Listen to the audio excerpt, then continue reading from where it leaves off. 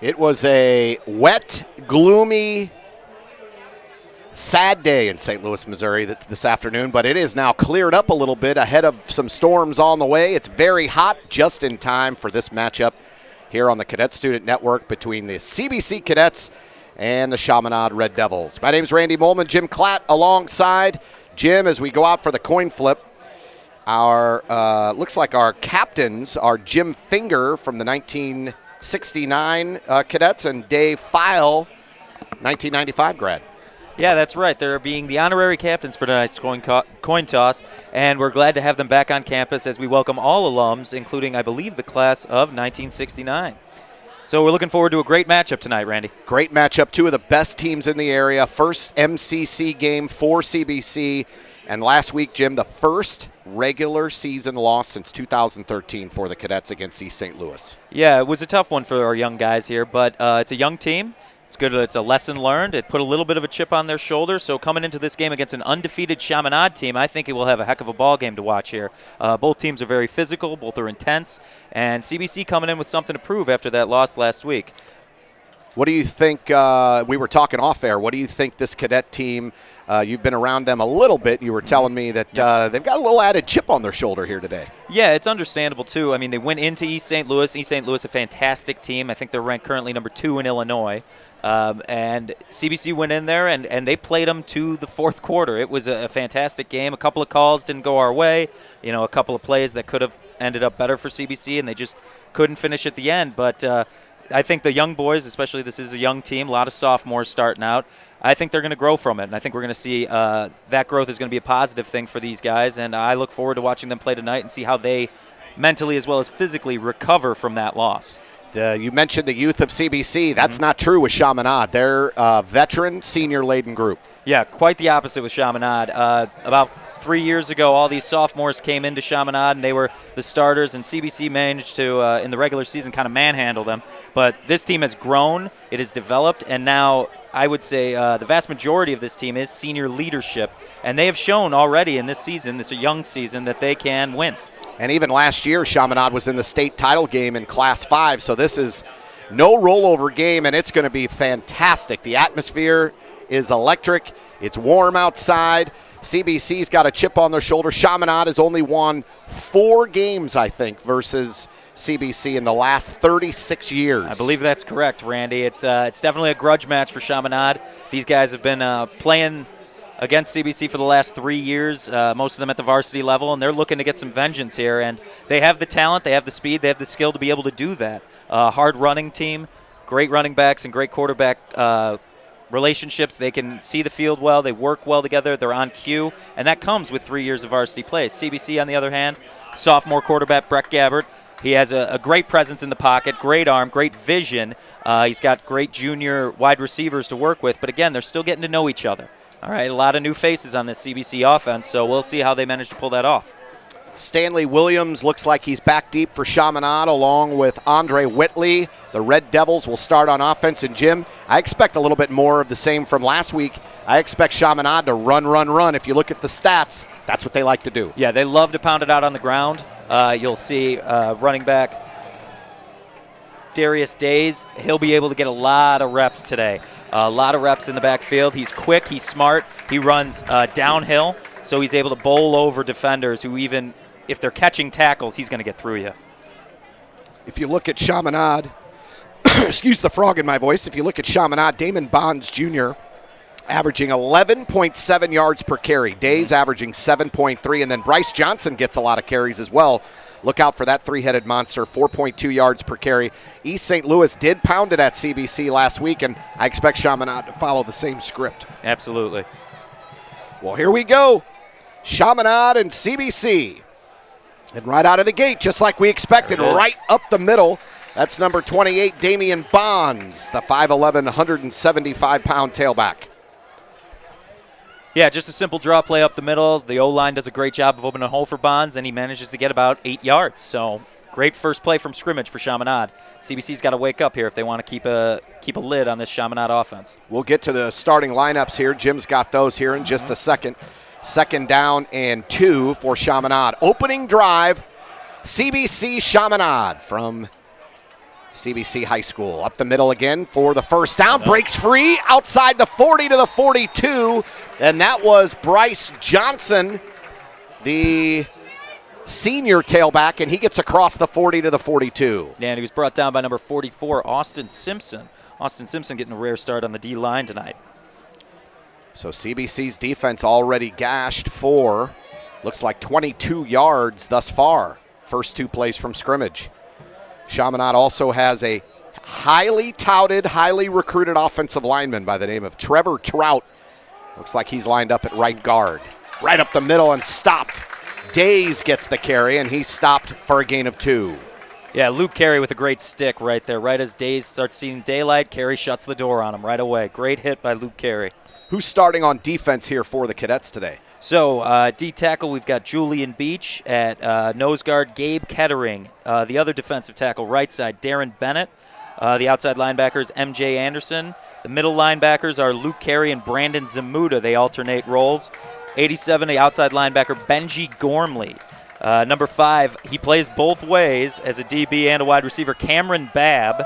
And number 13, Brent Bledsoe as a safety, and Gavon Burks is the other safety, and cornerbacks Brandon Douglas, along with Gavon Burks, share some of that role as well. Burks is the leading tackler on this CBC defense, and that was number 44, Austin Simpson, with that tackle again, and he's making his presence felt on this first drive. 3rd down and looks like 5 for Chaminade.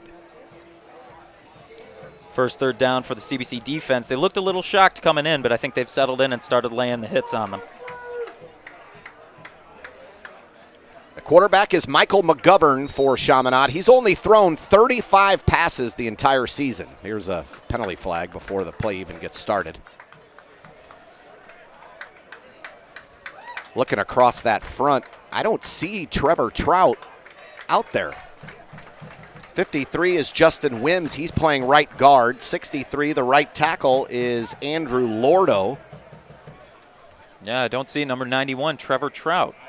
Trevor Trout, highly recruited offensive lineman for Chaminade. And he'll go somewhere, and you'll see him on Saturdays very soon.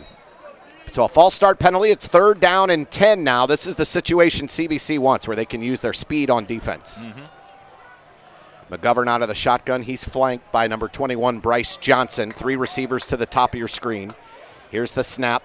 McGovern steps in the pocket, and here comes the blitz. He escapes one, and he races to the outside across midfield into CBC territory, and Michael McGovern made that play all by himself. Yeah, great play, great awareness by McGovern. He saw the pocket collapsing. He knew CBC's defense was coming down on him. He manages to scramble, get outside, and since so much of the D was focused downfield looking for the long pass, he was able to scramble for about 15 yards. The one thing about CBC's defense is we've known over the years, they are fast, and they've lacked a little bit of size the last couple of years, especially up front, but they are fast, and they will come after you, especially on those 3rd and longs. They're not going to miss tackles that often. So out of the I formation, Chaminade very deliberate. They've been huddling up, trying to eat clock, dancing up the middle, and gang tackled by that purple CBC defense. Yeah, again, Luke Carey does a great job. Brandon Zamuda gets the original penetration, but the running back, number 21, Bryce Johnson, manages to slip him, but he couldn't slip Carey. Carey laying a shoulder into him, driving him straight to the ground.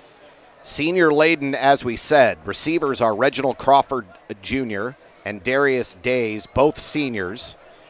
Days is actually a running back. Cameron Campbell is a junior wide receiver, but only one more junior starting for Chaminade. Great defense there, up to make the play, number 13, Brent Bledsoe, the linebacker. He's kind of a tweener, though, right? Linebacker, and maybe drops back and plays a little safety? Right.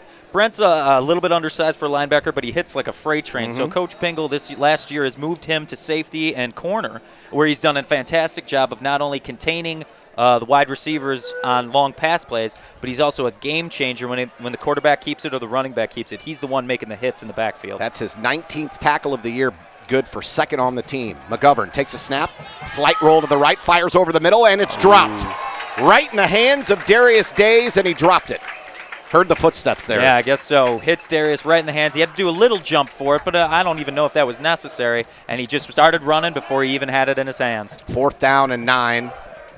for Chaminade, and it looks like they're either going to, well, looks like they're going for it unless McGovern drops back and does that rugby-style squib punt. We'll see. He's in the shotgun, and there it is. It's just a quick kick. He kicks it down inside the 10, back to get it for CBC. Number 15, Trey Haynes, comes back the other way across the 20 to the 21 before finally being wrapped up by number 72, Marcus Greer. So here's CBC now on offense. Yeah. Now, go ahead, Gary. Last year, we were talking again off air as we were prepping for tonight's game. You know, you've got Trey Bryant. You had Lamar Anderson. You had Lamar Anderson. You got a lot of guys who are shifty and quick. Mm-hmm. And this CBC running game looks a little different this year, doesn't it? Yeah, it's much more of a power back kind of situation. I know Justin Williams has some breakaway speed when he gets into the open, but you're not seeing the quickness, the agility, the lateral movement you had with Trey or Lamar.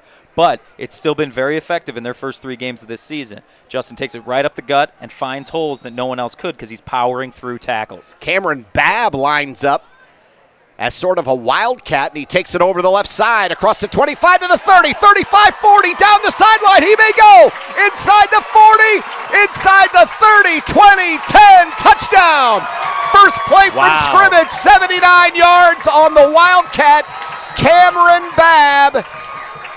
Now let's see if there are any penalty flags. I see there is one. Back at the 27-yard line of CBC. Looks like a penalty flag, and we may get this brought back. It looks like a hold. But I still got to give a lot of credit to Coach Pingle coming out in the Wildcat formation, something no team has seen all season, and giving it to Cam Babb, one of the fastest and best athletes on this team, and just letting him go for it. And a lot of credit to Cam Brown.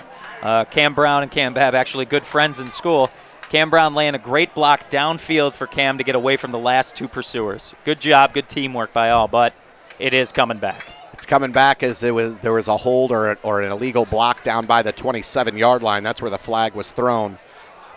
Brett Gabbert was lined up at the bottom of your screen as a wide receiver on that play, and they sure did fool Chaminade on that play. But we'll do it again. The penalty brings it back to the 17, a 10-yard holding or illegal block. Looks like a hold, yeah. So here we go. First down and 10, 7:12 to go first quarter. CBC's first possession. Gabbert out of the shotgun, takes the snap, looks, fires into the flat. It's caught over on the sideline, gets out to about the 22-yard line.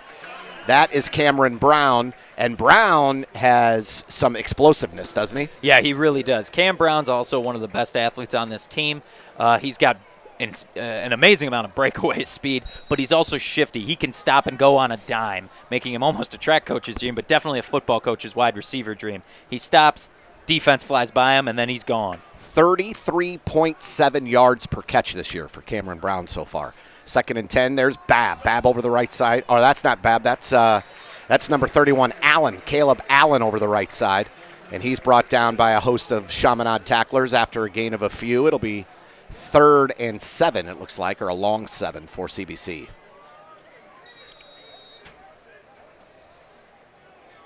Gabbert out of the shotgun. Williams flanks him to his right. 2 receivers to the top of your screen, 2 at the bottom of your screen, to Gabbert's right. He surveys the defense, takes the snap, sets up, looks downfield. He fires down the sideline. He's looking for Brown. Brown runs underneath it, and he makes the catch. Kept a foot in bounds.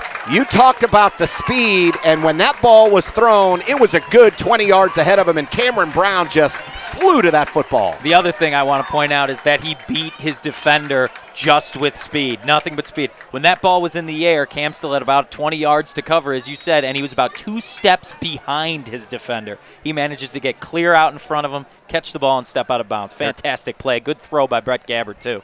Babb out of the Wildcat, takes it himself, and not as successful as the first play, but we have a penalty behind the play. And we'll see, we'll look to the officials to see who's going to be called for that flag. Babb did not gain any yardage on that. Maybe a yard, actually. He may have gotten a yard there. And the penalty will be on CBC. 2 big penalties here on this drive. Yeah, The two penalties are absolutely killing the momentum. Chaminade came out and kind of punched CBC in the mouth on the first drive. I understand that CBC stopped him and got the turnover, but the defense was looking a little hazy, a little shocked, and now this offense with two big mistakes costing a lot of yardage, including a touchdown. They really need to focus up and get ready for this game. For CBC, starting on offense, of course, quarterback Brett Gabbert, Caleb Allen, and Justin Williams at tailback. Babb and Brown, we've mentioned. Tyler Walton also starting at wide receiver. Benji Gormley, a big target down the middle of the field for CBC. Watch for him today. And then the offensive line is Plor, Holton, Gorzyka, Stater, and Marlin across left to right. Gabbert looks over for the play. They're going to change it, I think. Gormley, the tight end we talked about, he's a hybrid. He's got the speed of a receiver but the size of a tight end. He takes it in the flat, inside the 40, stiff arms his way to the 35. Yeah, you were absolutely right about Benji Gormley. He's a great target. He's a hard runner, and he's also a big, strong, brutal kid. He plays linebacker as well as tight end and wide receiver, and he's got great hands. Second and a long 10. CBC gets to the line of scrimmage quickly, and they hand it off to Caleb Allen. Allen hops to the outside, looking for room. Chaminade swarms, and no gain for Caleb Allen. Good defensive play. Chaminade strung that out to the outside. Again, this Chaminade defense is looking very sharp all across the ball. They swarm to the ball when they know they've got somebody trapped. It's a gang tackle. 3-4 guys in. He's not getting out of there. Allen checks out. Check that, yes. Allen checks out. Justin Williams checks in. Gormley is lined up in the backfield now. Two receivers, two Gabbert's right. He takes the snap, sets up. Here comes the rush. He steps up and fires to the outside, and he overthrew Cameron Babb. Babb being covered out there by number 36, Nate McGee, the senior defensive back, 5'11", 175. He's given up quite a few inches to Cameron Babb. Mm-hmm. So it'll be 4th down and 10, and too long for a field goal and maybe too far in Chaminade territory to punt. So it looks like CBC might be going for it here. 4th down and 10. Gabbert comes from good stock. His brother Blaine named the starter for the 49ers this week. There it is. Gabbert with the pooch kick, trying to get it out of bounds. Let's see if he did it. Well, I think it went out in goal there, and the referee is he's signaling a touchback. They're going to say touchback, and so Chaminade will take over. Folks, if you're a fan of CSN, you've definitely heard us mention our friend State Farm agent Tim Kylo. It's time to give Tim a call. Let him help save you money on your insurance. We're talking home, life, boat, anything. If it can be insured, Tim is your guy. All you have to do is ask CBC's communication director, Patrick Walsh, who loves to brag about the fact that he saved $1,100 last year. He's a big fan of that, yep. I mean, who wouldn't want to save $1,100, right? So, Tim Kylo, State Farm agent, 314-842-4442. Shoot him an email, tim@timkylo, that's KILO.com. So both teams kind of feeling each other out on this first drive. Chaminade drove it into CBC territory, stalled out. CBC did the same. So have we learned anything yet? I think we've learned a little bit about the boys' mental state of mind. I thought CBC would, after last week's loss, would come into this game with a chip on their shoulder and much angrier, kind of ready to put the pedal to the metal. And it was quite the opposite. They came in a little bit laid back, a little bit kind of on their heels, catching tackles, allowing Chaminade to drive and drive and drive. Chaminade, on the other hand, after 2 years of dealing with this, tight CBC offense, has really shown that their defense can hang and their offense can hang. So I'm very impressed with the Chaminade team overall so far. McGovern hands it up the middle and powering through across the 20 to the 25. May get to a first down, but is tripped up just short. And on the carry was number 28 for Chaminade. That is Damon Bonds Jr. Luke Carey makes the stop, but he still gets the first down. Bonds Jr. leads the team in touchdowns. He has 5 on the season, and 258 rushing yards is good for first on Chaminade's team as well. He also has is averaging 11.7 per carry, and he can catch the ball out of the backfield. McGovern fakes the handoff, now looking for room, and he can't find it. Right in the backfield is Darren Bennett. Nice play, penetration right up the middle. Yeah, great job by Darren Bennett getting to the quarterback. McGovern had nowhere to go from the fake. He tried to fake outside. He tried to juke Bennett, but Bennett stayed in his own, stayed in his lane, saw him, and just drove him to the ground, lost 2 on that play. Second down 11 now for Chaminade. As we said, Chaminade is huddling up. You don't see a lot of huddling up going on in high school football anymore on offense, and they are being deliberate. They're running that play clock down. They want to keep that CBC offense off the field. That's right. Really well planned game plan by the coaches. McGovern, second and long, fires down the middle. He's got a wide open receiver across midfield inside the 40, breaks the tackle, and he's headed towards the corner. Touchdown, Chaminade. 71 yards, McGovern to number 21, Bryce Johnson, who came out of the backfield, ran the drag route down the middle of the field, and nobody covered him. Yeah, that soft under coverage. They didn't see him right underneath, and he just had speed. He broke away. The 2 safeties tried to pincer in on him. He makes a cut to the outside, and he's gone for the pylon. Good call there by Antoine Torrey, head coach of Chaminade, and their offensive coordinator, finding that weak spot in the middle of the defense. Now on to kick the extra point is Riley Sheehan. Snap back, ball is down, the kick is up, and it is good. So Chaminade strikes first. They take the early lead, 7-0 here versus CBC. Hey, we're excited to welcome a new sponsor to CSN. That's TJ's Pizza and Fundraising. Our Cadet Kickoff sponsor is now available by the slice in our concession stands. They do sponsor our kickoffs here. That's right. Seeing some in the crowd right now, and it looks fantastic. It really does. Do you mind if I run down there and grab a slice? You know what? I'll take over for you. Go ahead. TJ's is the best fundraising option around, offering a simple process that helps your school, team, or organization raise money by selling delicious pizzas and desserts. Call TJ's 314-869-9404 or learn more online, tjspizza.com. And the Cadet Student Network thanks TJ's Pizza. We're getting ready to kick off, and kickoff brought to you by TJ's Pizza. And it looks like McGovern will handle the kickoff for Chaminade. The quarterback is also the kickoff specialist. Here's the kick. And it should be returnable. At the goal line. Across the 15 to the 20, right up the gut, tackled around the 25, maybe at the 24. That was number 15, Trey Haynes, who also handles punts. Yeah, nothing too special there. Chaminade with a good kick. Trey Haynes does a great job bringing it out. And he's just gobbled up right there, right around the 25-yard line. So CBC will start with reasonable field position, and we'll get another look at this CBC offense to see if they can come back from being down early. So CBC now will take over at the 25. First down and 10, down 7-0. Cadets operate with 2 tailbacks in the backfield, 3 wide receivers on the field. Gabbert hands it to Williams. Williams looking for room, bounces it to the outside, gets across the 25, breaks the tackle across the 30, and powers to the 37.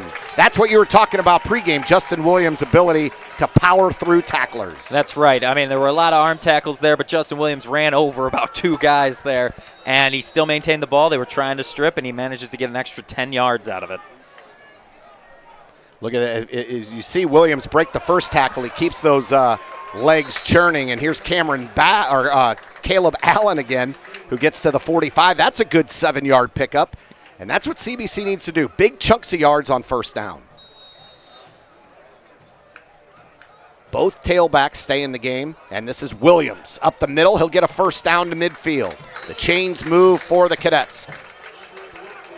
They're getting to the line of scrimmage pretty quickly, but they're still running the ball, and we've got an injured player. Looks like an offensive lineman for CBC is down, holding his right knee, and you never, ever like to see a player holding his knee. No, and then you hope he's just cramping up because of the heat, the humidity before the game, and but he seems to be in a fair amount of pain. So the trainers will check him out, and we will have a little timeout for the boys to get some water.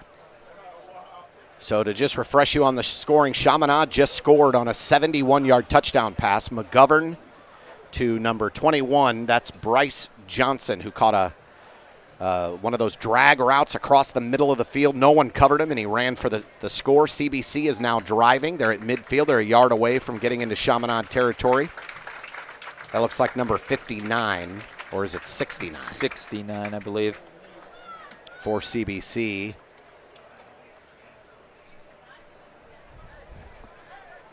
That is. Let's see if we can tell here. That is not Kevin Bailey. Might be 59 Josh Plour. Yes, I think that's who it is. Playing left tackle. And now checking in for him, it looks like number 72, Jake Dieters. Josh Plour is a heck of an athlete, heck of a student, heck of a kid, so we hope all the best for him and that he's all right. And he's not putting any weight on that Nope. right knee, and let's hope he's okay, that young man. Caleb Allen bobbled the handoff, that play was that play got botched right at the handoff. Gabbert and Allen were not in sync there. Allen bobbled it, and by the time he got hit, the ball was not secure, and Chaminade recovers the fumble. Yeah, just a miscue between running back and quarterback. Again, from what I've seen out of the beginning of this game, CBC seems to be kind of on a different gear. So the Cadets will now come back on defense, and Chaminade's got great field position. As you can see here, that ball was never really secure by Caleb Allen.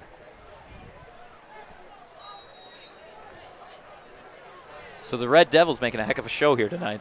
They're looking sharp. They're looking like they came in ready for this game. CBC really needs to spark a fire under themselves. Out of the I formation, 1st and 10 at the CBC 45. There's a handoff up the middle. Missed tackle there. Wow, what a nice run. Number 28 kept the legs churning. Damon Bonds Jr., he just kept pumping those legs till he got 6 yards. Yeah, made a first contact. Luke Carey makes the hit, but he doesn't wrap. Damon Bonds is able to spin away, get upfield for another 3-4 yards after the initial contact. A lot of credit to that senior. Chaminade's game plan working very well so far. Control the ball, eat clock, and run, and then hit them with a big pass here and there. They've already hit the one for 71 yards and a score. Chaminade to the line of scrimmage. 4 seconds on the play clock. Single tailback over the left side. Across the 40, close to a first down. Bledsoe in on the stop, and that was tailback number 24. Looks like Jacoby Buchanan on the carry for Chaminade. Buchanan on the year, that's only his 7th carry. So it'll be 3rd and short here for Chaminade.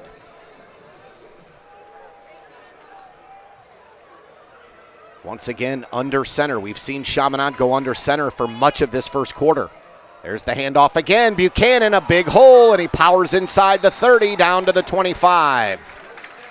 Right now, Chaminade owns the line of scrimmage. Absolutely. Tick, tick, tick, tick, tick. They're also managing the clock real well. This first quarter has just flown by since kickoff. Only 20 minutes, and we're down to under a minute left in the quarter. You rarely see that these days with the spread offenses and all the throwing that happens, but with Chaminade huddling up, focusing on the run, they're just eating as much clock as they can and trying to control the tempo of this game. And let's not say trying anymore. They are right now. Absolutely, they are. McGovern under center again.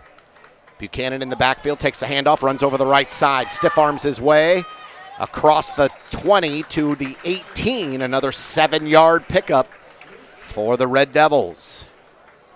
And again, with the way they're controlling this clock and the tempo of the game, I wouldn't be shocked if they let it go to the second quarter here. They seem to be dominating the line of scrimmage. They're dominating offensively. They're getting good yardages. They're looking at 3rd and 2 instead of 3rd and 7 or 3rd and 8 like CBC has had to do. 2nd down and 3, under 10 to play first quarter.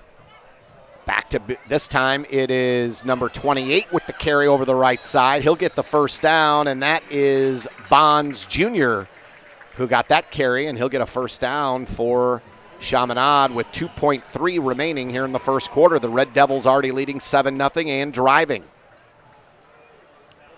I mean, it's been nothing fancy. That 71-yard touchdown was a very key play call at the right time. But other than that, Chaminade's done nothing fancy. They're running, run, and eating clock. Right. They're just sticking to their game plan. They found a soft hole in the defense, and they exploited it early. And now it's just a game of keep away and try and keep scoring. McGovern out of the shotgun now. Hands it off. That's Bonds shooting. No, that's Bryce Johnson, who fights his way after a missed tackle in the backfield. And you mentioned it on one of the earlier runs. CBC's having a hard time wrapping up right now. That's right. I mean, I think they're leading with their shoulders, which is great, but they're not getting around the ball to drive them to the ground. It's a lot of pop, no grab. So these guys, these seniors, especially these experienced athletic seniors, are spinning, they're going through them, they're getting away from them, and it's just killing CBC's defense because they're, instead of gaining 1 or 2 yards, they're gaining 4, 5, or 6 every play. So that's the end of the first quarter. Chaminade leads, and the score is 7-0, and they're driving, trying to put more points on the board. And in the distance here at the end of the quarter, you can see the lights are already on here at CBC High School. There are some ominous clouds rolling in, and they're rolling in fairly quickly. It seems that Josh Plore is up and walking around, but his cleats are off, and he is in obvious pain. We hope it's nothing too serious, but I think that's the last we'll see of him tonight. That's Jim Platt. My name's Randy Moehlman, and we are bringing you all the action here tonight on the Cadet Student Network. As the CBC Cadets are taking on the Chaminade Red Devils in MCC play. Chaminade has controlled this game so far. 1 quarter in the books, and Chaminade has dominated. Now, CBC has a touchdown that was called back on a holding penalty after the first play from scrimmage, and that could prove to be costly later. McGovern under center. 2 tight ends in the game. Hands it up the middle. That's number 7, Darius Days. And they have just rotated backs. Buchanan, Days, Bonds, Johnson. Yep. It's one of the best ideas these coaches have had because it doesn't give the defense a chance to settle into a specific running style. They've got to deal with all 4 of them at one time. And all 4 of them powerful, strong, hard runners that see holes and exploit it with their speed. This is a team that came to play tonight. 3rd down and 6 for Chaminade inside the CBC 10-yard line. They mark it at the 9. 2 tight ends in the game once again. 1 wide receiver and a I formation. Pounding it up the middle is Days, and he will get close to that first down. It'll be 4th and a long 1, probably 2. Now it's interesting. Will Chaminade run the ball here, or will they kick? I got to think with the way both teams have been playing, they want to go for it. They are going to go for it. I formation. 1 wide receiver at the bottom of your screen. That's number 1, Reggie Crawford, lined up down here. McGovern takes it himself on the quarterback keeper, and it looks like he might have enough. They mark him. It looks like where the officials are spotting it is at the 4, which would give him a first down. It does. First down and goal for the Red Devils. They have 4 shots at it here from the 4-yard line. Checking in for the Cadets on the defensive line, number 97, Percy Brown. Going to try to help stack the middle of that defensive line. CBC has had a penalty called back on a touchdown run and a fumble lost, and Chaminade's about to take advantage of both.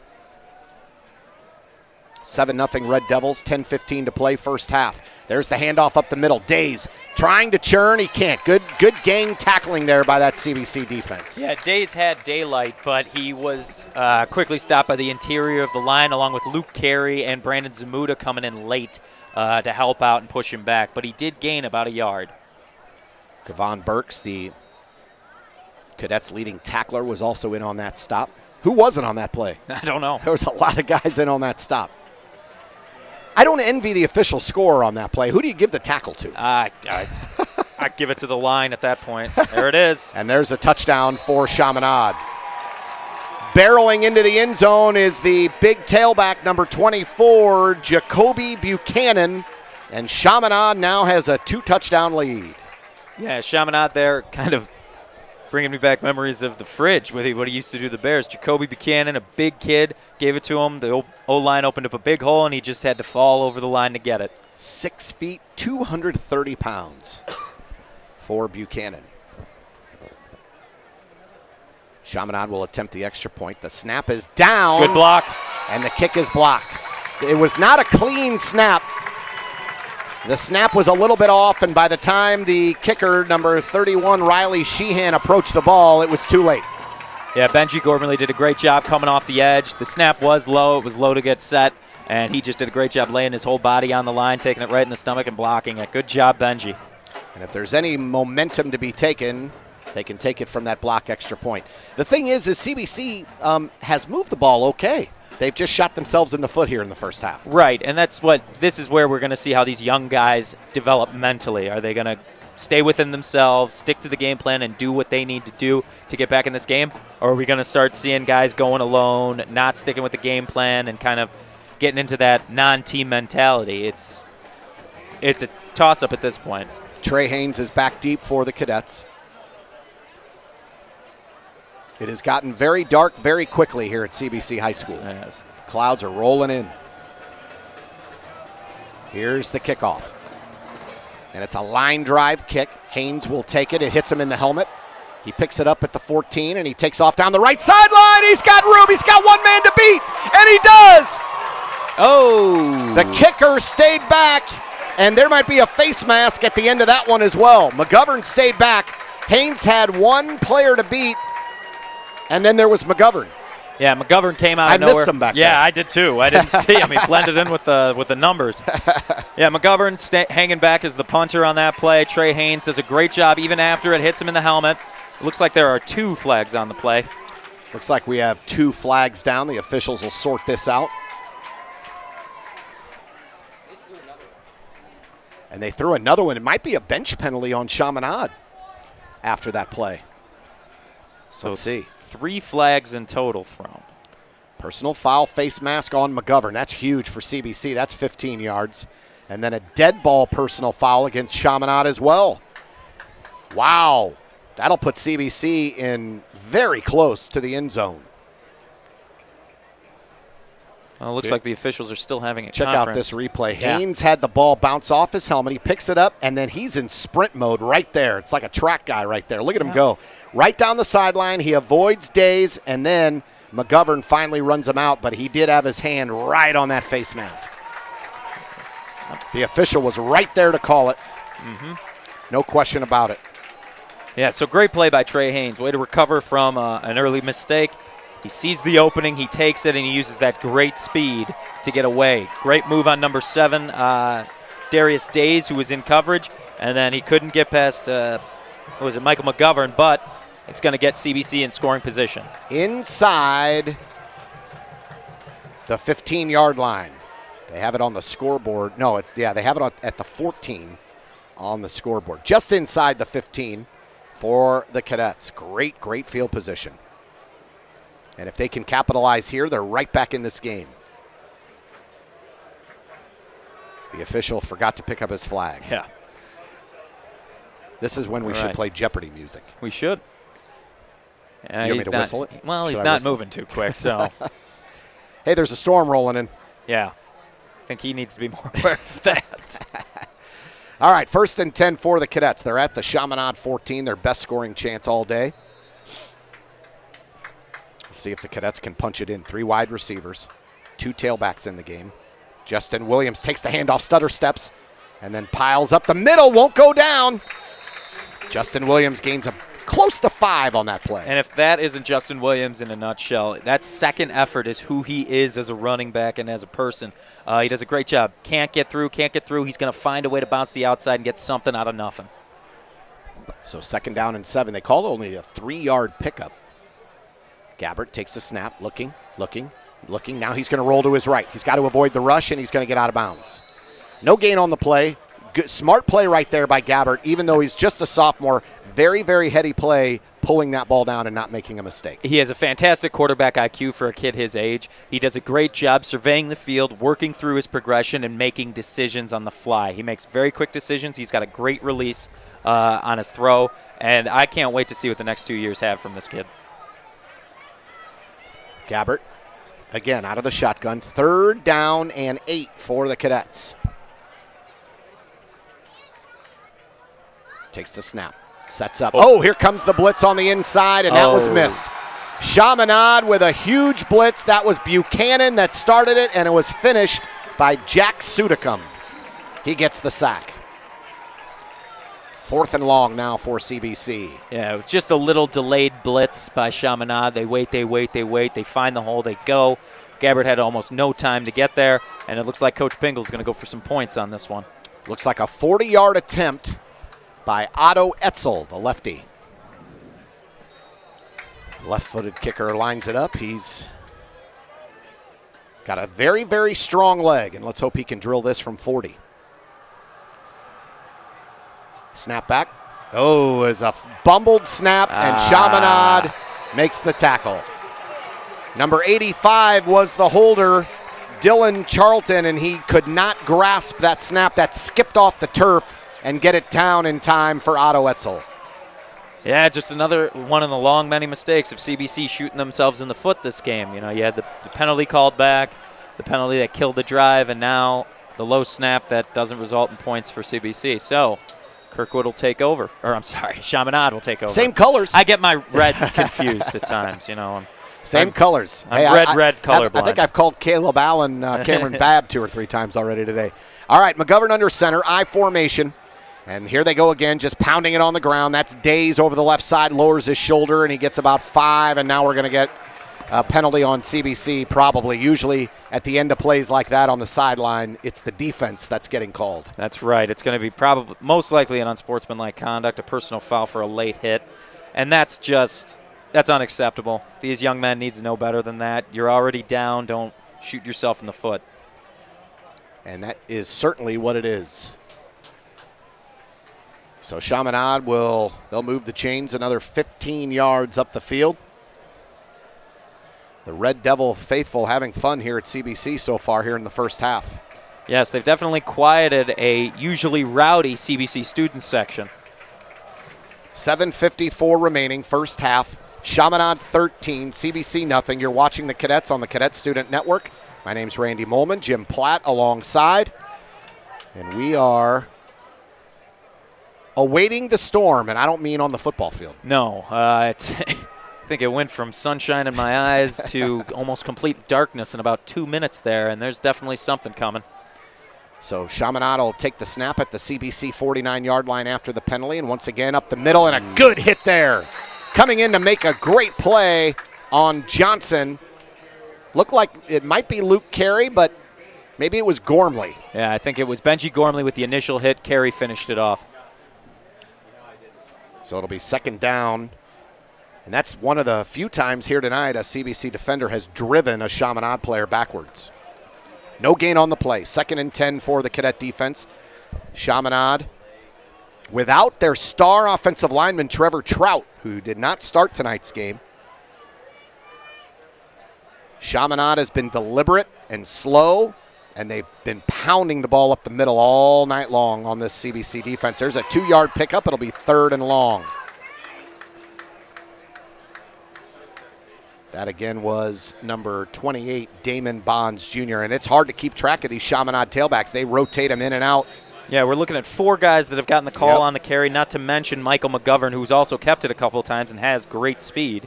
And it's really kind of shocked the CBC defense. They don't know what to do. They don't know how to read which running back's in or out and what they're going to do. So definitely an adjustment that has to happen at halftime is being able to acknowledge and understand which running back's in and what he's going to do. Chaminade will let the play clock run down, call a timeout, and talk about what they want to do here on 3rd and long because they haven't been in many of these situations tonight. Right. And this is a great opportunity for CBC. They have a chance, even if Chaminade punts, they have a chance to get the ball in some decent field position for the first time and start out strong. A defensive stop, too, would also work wonders for the morale of this CBC team. Right now they're looking a little drained. They're looking a little down. Last week at East St. Louis, they were down. They battled back to even the score by the 3rd quarter. So I'm hoping something will light a fire under these guys to get them going. We have 6:32 to play here in the first half. The Chaminade Red Devils lead the CBC Cadets 13-0.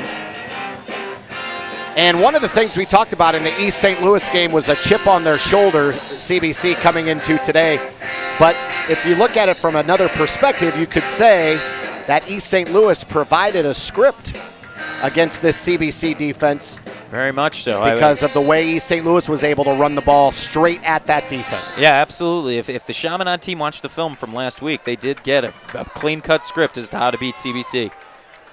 So 3rd down and 9, a big, big play here in the first half for Chaminade and for this CBC defense. McGovern out of the shotgun. Takes the snap, looking, rolls. Now he's trying to find a receiver and can't. CBC chasing him. McGovern rolls. A huge crackback block, and that springs McGovern, and he's able to get close to the first down. Let's see where they mark him, and the CBC player that got blocked is down. Wow, number 72 for Chaminade, Marcus Greer, absolutely laid out a CBC defender. He's moving his leg, which is a decent sign, but oh my, I hope that young man is okay. He is not moving very much, so the trainers are out with him now, and we will have another break-in play. This is going to bring up 4th down. They marked him a yard short of the first down. Wow, what a block. That was one heck of a block. Absolutely pulverized. And once again, we will send our wishes down to the field. Let's hope that this young man is okay. We'll get his number and see who it is here in just a second. You hate to see something like this. We know football is an aggressive sport, and we love to play it, but at the same time, you don't want to see anybody injured, especially at the high school level. It'll be 4th and 1 when we come back to action here at CBC High School. We're at W. Michael Ross Stadium, the Cadet Student Network. My name's Randy Moehlman, Jim Platt alongside, as the CBC Cadets and the Chaminade Red Devils are playing football, but there's a situation on the field that goes a little bit beyond football right now. Right.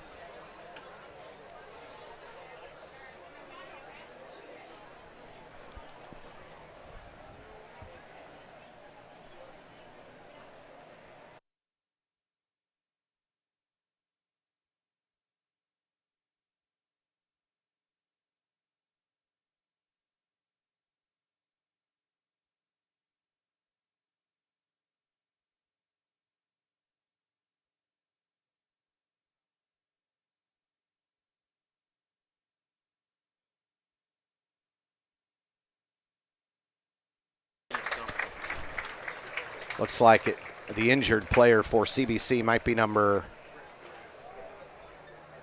47. I'm not 100% sure. Or is it Julian Beach, number 42? He is sitting up right now. Let's hope he can make his way off the field.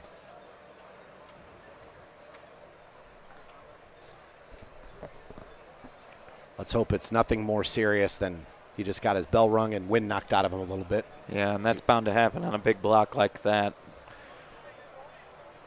And he's been down for a long time. It's good to see him sitting up, but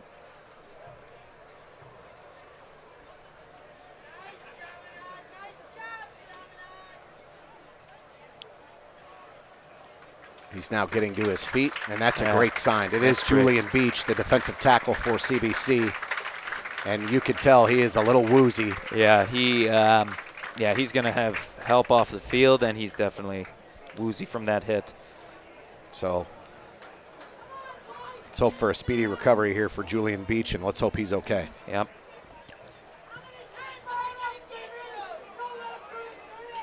When we return here, it'll be fourth down and 1 for Chaminade, and it looks like they're just going to line up and go for it.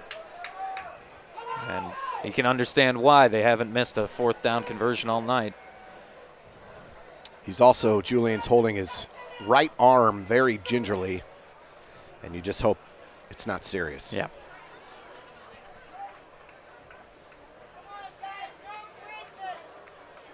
So 4th down and 1 for Chaminade, 6:20 to play first half, 13-0 the Red Devils lead.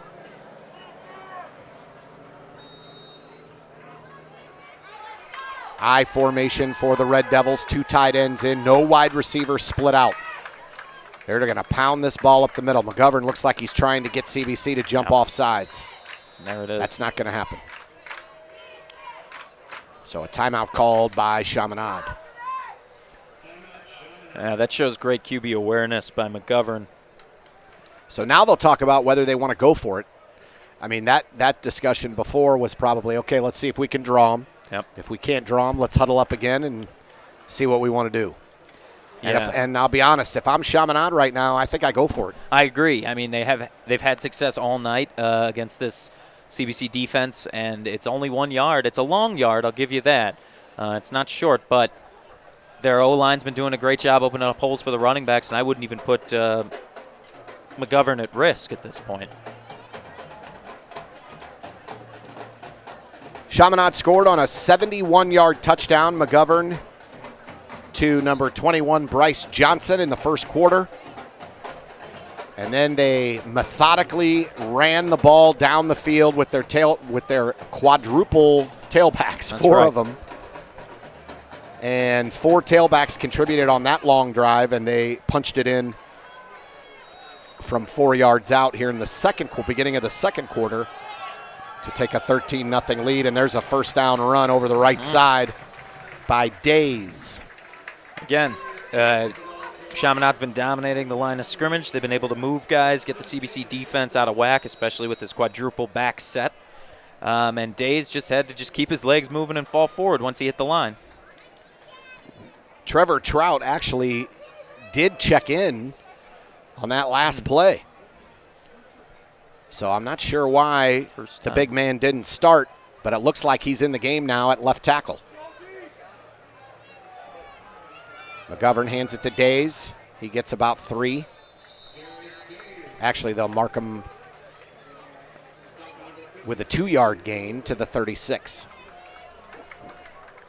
Again, Chaminade, I can't say this enough, has really been controlling the tempo, controlling the pace of the game, slowing CBC down to the point where the defense has been on the field all night, and they're controlling the clock.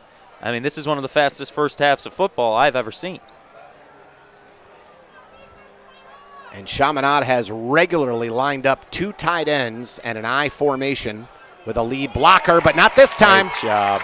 Days is nailed in the backfield. M.J. Anderson flies in for CBC. Great play by the Cadet defense. Yeah, great job by M.J. Anderson getting off his block. He sheds it quick, gets around the edge, and just hammers Days in the backfield. So that should fire up this Cadet defense. 3rd down and 13 to go at the 41. Under 5 minutes to play first half.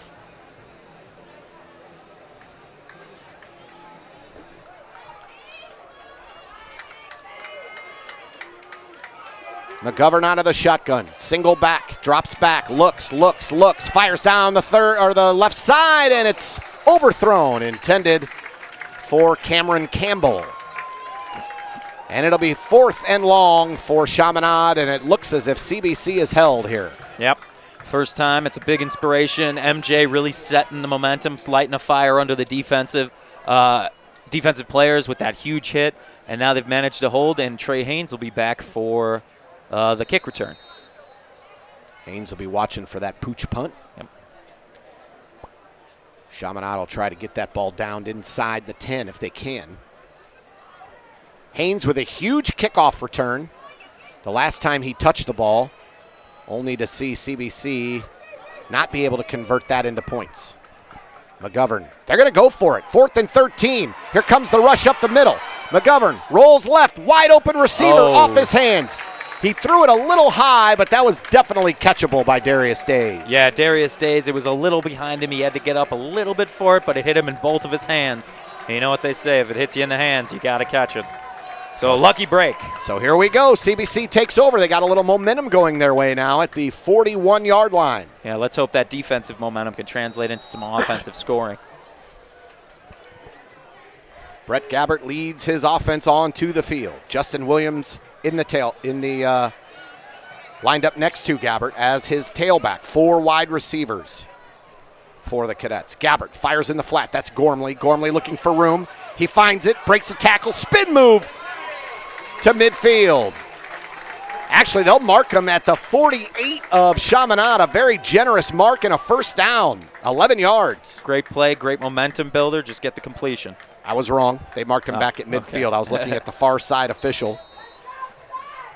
So it'll be 9-yard pickup, 2nd and 1. Under 4 minutes to play. CBC trying to get on the board here before halftime. Here comes the blitz again. Here comes again. the blitz up the middle. Gabbert steps around it and completes the pass to Tyler Walton. First down, Cadets. Yeah, again, good composure by Gabbert. Good job by Walton, seeing that his QB's in trouble, coming back to the ball. First down and 10 at the Chaminade 41. CBC picking up the pace a little bit. Gabbert drops back, fires to the left side. It's caught. That's Cameron Brown. He drops it. He had it in his hands, and he tried to run before he had the ball secured. Yep, and that seems to be the case of the night for several of these wide receivers, running before you get control. Second down and 10, 3:36 to play. 13-0 Chaminade, CBC on the march. Gabbert hands it to Williams. Williams breaks one tackle, but we're going to get a penalty flag. That's a first down run by Williams, and I fear that might get called back. Yeah, penalty flag in the Chaminade backfield. It looks like maybe a hold downfield. And it was. So CBC will get pushed back now. It'll be 2nd and 20. Depending on where they called that penalty, it'll be right around 2nd and 20 for the Cadets. Chaminade controlling this game. We say that, but CBC has been in Chaminade territory now 4 times. Yep. And they have no points to show for it. Unable to convert. It's almost like they have the jitters. They get close, and then they get overexcited, and they can't complete, can't convert, can't even run the ball. This is the 4th trip into Chaminade territory for the CBC offense. They get pushed back into their own territory after that penalty, so it's 2nd down, and it looks like about 22 yards to go. Gabbert fakes to the left, now rolls right. He's going to take off with it. Inside midfield, he slides at the 46. Nice pickup by Gabbert. He saw there was nothing downfield after rolling out, and then he just takes it up, gets about 6-7 yards, and slides in. Real nice and safe. 3rd down and 15 now for CBC. Williams in the backfield. 4 wide receivers on the field for the Cadets. Gabbert. I imagine this might be 4-down territory if they can pick up about half of this or more. Gabbert looking, fires down, deep down the middle. He's got Cameron Brown. Touchdown! CBC, 46 yards, and no penalty flags. That's a relief. Great job by Cam Brown. He got more than 2 steps on his coverage, man. Gabbert looked off, saw Brown breaking, delivers a perfect strike. It's a beautiful strike right to the hands of Brown in stride, and he takes it to the house for a quick 6. Exactly what these Cadets needed going into half. They absolutely needed that play. Brett Gabbert with a seed down the middle of the field, down the seam. Cameron Brown in stride, walks in for the 46-yard touchdown. Another low snap. This time it gets down, and Etzel's extra point is no good. He missed it, and it's 13-6. Both teams having issues with the snaps on the special teams. Yeah, and it's usually not something we see. Benji Gormley, the long snapper he does everything, I should say. But the long snapper for the Cadets is usually fairly consistent, but he's had 2 low ones, and Otto hasn't been able to convert on either of them.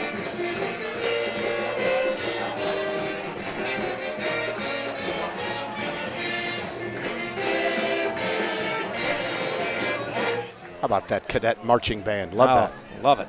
That and the drum line. Oh, yeah. So many extra things that these kids can do at this school that's not just sports or football. They've got so many opportunities and activities to do, and they all do them so well. The band 2 years ago winning nationals, the drum line being invited to all these concert events. It's fantastic.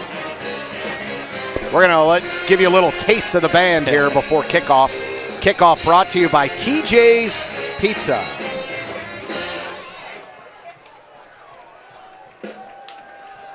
Otto Etzel will kick off now, and CBC will need to hold here on defense. It'll be interesting with 2:39 to play. Chaminade has not picked up the pace on offense yet tonight. Will they try to score points and pick it up a little here at the end of the half? I don't think so. I think they're very happy with the game plan and how successful it's been, so I think they're just going to keep grinding it out, and if they get lucky, find a seam like they did before, a soft underbelly, they'll go for it. But at this point, I see them just still grinding it out up the middle and, 2-3 plays per set of downs. Etzel drives that ball into the end zone. Chaminade will start at the 20, 2:39 to play first half. CBC 13, or check that, Chaminade 13, CBC 6. The defense just got a hold for the Cadets. They turned it into points. And now we'll see if the defense can hold Chaminade again.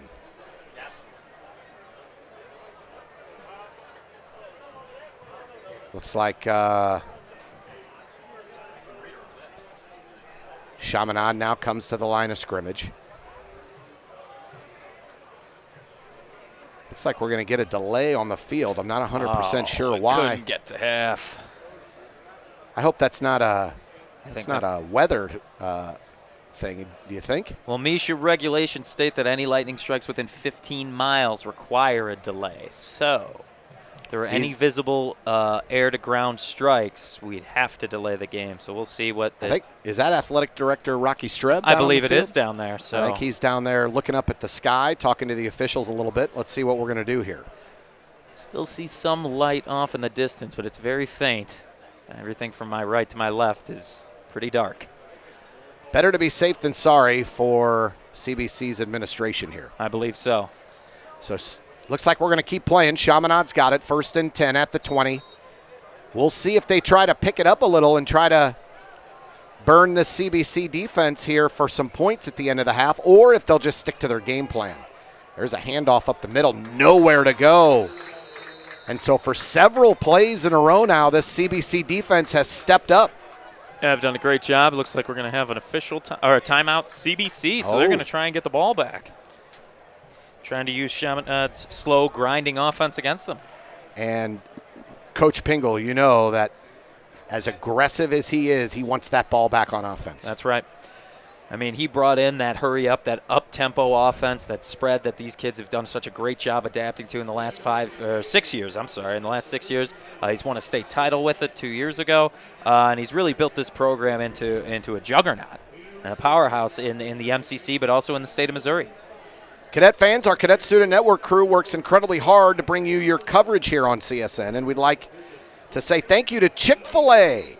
I would like to say thank you to Chick-fil-A just for being in existence. Yeah, that sounds delicious right now. I love Chick-fil-A. I haven't had it in a while, but now I'm hungry. Now you're making me hungry.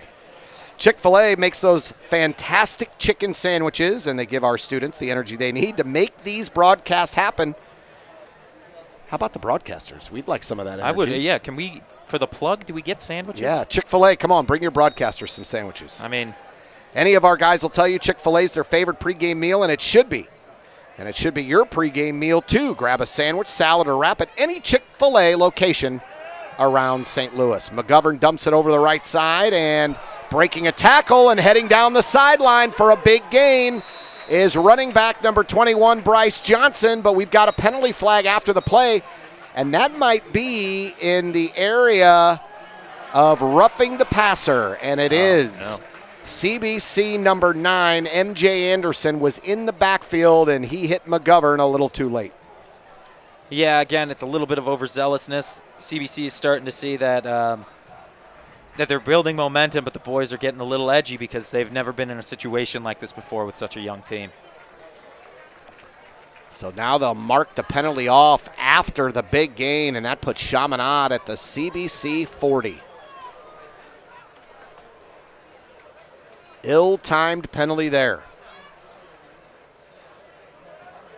Stops the clock, gives Chaminade an extra 15 yards after the fact, and now Chaminade is again in CBC territory with 2:20 left to play. Back in the I formation, but this time no tight ends in the game. 3 wide receivers. There's a handoff up the middle, hitting the backfield, and we're going to get a penalty flag there as well in the backfield. After the carry by number 28, Damon Bonds Jr. All right, let's see. That'll go against the Red Devils. On a hold. 2 quick penalties, 2 big changes in momentum. So that'll make it 2nd. And if they mark it back at the 39 as where the penalty occurred, it'll be 2nd and 21. They do. 2nd and 21 from their own 49-yard line. 2:10 remaining. First half. Chaminade 13, CBC 6. CBC, despite being outplayed most of this half, they're hanging around. And you know if CBC's hanging around, that offense can strike quickly. Yes. So 1st and 21 now for Chaminade. McGovern. has running back Darius Days flanked to his right. 4 wide receivers into the game, stacked at the bottom of your screen. There's a throw to the top half of your screen. It's complete, and another penalty flag. This will be 3 straight plays where the laundry has been distributed. Yeah, and it can get a little frustrating for these young men out there trying their best to play the game, and it keeps getting interrupted and changed and forward and back and forward and back. But it looks like this one's going against Chaminade as they're already walking back. So I think an illegal block or a hold on the wide receiver that was blocking on that quick bubble screen. The pass was complete there to number 20. That's Doug Agnew. But they'll mark this off, and it's another 8-yard penalty, which will make it first and a lot. Yeah. I think first and 29, I think, is the count now. It says 25 on there. There you go. They changed it. McGovern steps back up now. He fires down the middle of the field, and it's almost intercepted. Brent Bledsoe. Bledsoe jumped. It was a little high for him, but he did jump and deflect that ball. And CBC was in great coverage there with that shell safety coverage over the top, and Bledsoe stepped up and almost had that pick. Yeah, really great read by Brent Bledsoe. He stayed within himself, stayed underneath the coverage, and did a great job getting up, and it just hit off his hands. You can see the frustration with Brent right now. He's shaking his head and clenching his fists. It's all right. Get back out there, keep playing the game. They got a long way to go till first. 2nd and 29, 1:33 to play. Chaminade leads 13-6. First half action. McGovern takes the snap, fires, caught by number 28, the tailback, Damon Bonds Jr. at the 49. No, they mark it at the 48. That's another CBC timeout. They're really going to try and get this ball back here. Why not? It's 3rd and, 22 yards? Roughly.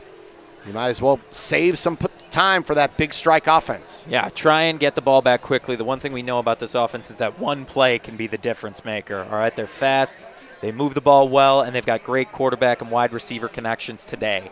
So it's just a matter of fact of getting the offense clicking on a regular pace, and you're going to see this CBC offense as a thing of beauty in the second half, hopefully. And when you have Babb and Brown as your 2 top targets, big strikes and big plays are not an exception. They're more the norm. Mm-hmm. Well said there. Cameron Babb being recruited by everybody at this point. I think it's everybody. Everybody. Cam. There isn't a school. He has 115 scholarships. I think so. Same with Cam Brown, though. Cam Brown, not everybody, but still quite a few people looking at Cam Brown. So I got to give – and it's so funny that the 2 of them are best buddies. Yeah. It's hilarious to me. So both incredible athletes and great kids. So 3rd and 22. CBC trying to get off the field on defense so they can have another shot at points here in the first half. McGovern out of the shotgun, takes the snap, sets up. Here comes the rush, and down goes McGovern. Delayed blitz, number 21, Luke Carey.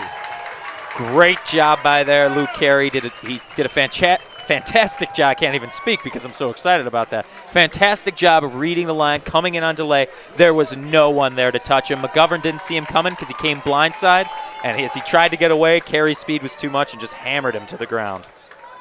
The delayed blitz works to perfection. It's 1:17 remaining. CBC takes their 3rd and final timeout of the half. And Trey Haynes is hoping for a big return to get CBC in position to score some points here at the end of the second half. If CBC gets points on the board here in the second half to end the half, whether that's a field goal or a touchdown, that'll be huge going into halftime after being dominated for much of the first half. Absolutely. They were dominated. The Chaminade Red Devils came in with a very good plan that worked. CBC seemed lackluster, but this definitely is an equalizer. You'll see a whole new game of football in the second half if they manage to score here. Now, you and I have said it. We've been saying Chaminade's been dominating. They've dominated the line of scrimmage, but I will say CBC has had 4 trips into Chaminade's end of the field. Haven't been able to capitalize, so it isn't as if CBC has done nothing. Right. They've made some plays. They've just also made some mistakes.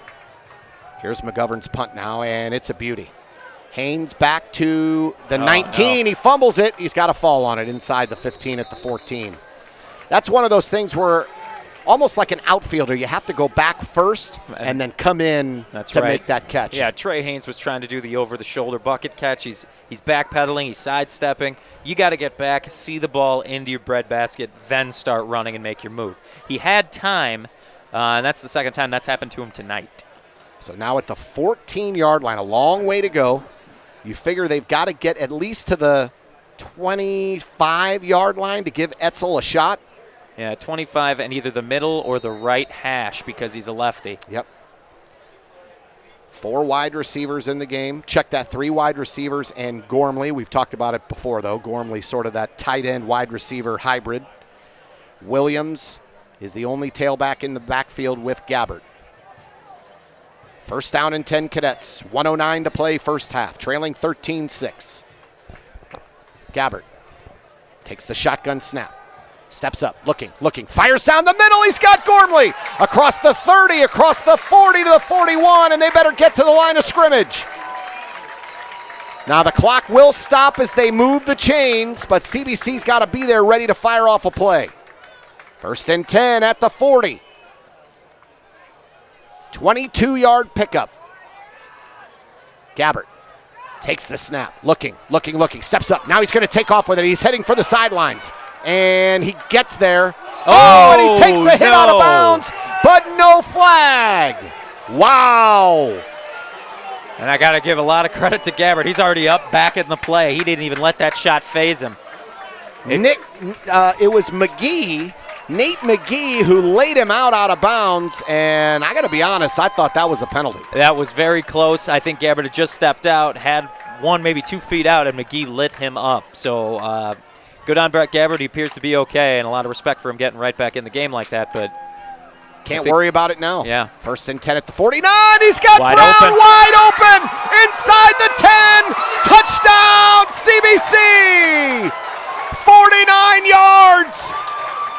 We said it. If they get the ball back, this offense can strike quickly. It is so true. They are one of the fastest high school offenses I've ever seen. All right. They've got a great quarterback. They've got amazing wide receivers. They've also got a running back that can take the ball straight up the middle, bounce to the outside, break tackles. They're fast, and it gives them options everywhere. They've got weapons, and they will destroy you with them if left unguarded. Cameron Brown has been left open most of this half when he's been targeted. Yeah. And that comes with what I was just talking about with so many options. They don't know who to double cover. So sometimes they're on Babb, leaves Brown open. You double cover Brown, you leave Babb open. Pick your poison. Etzel's extra point is good, and we are tied. We have a penalty flag, though. Here's the replay of this. Look at Gabbert sit in that pocket.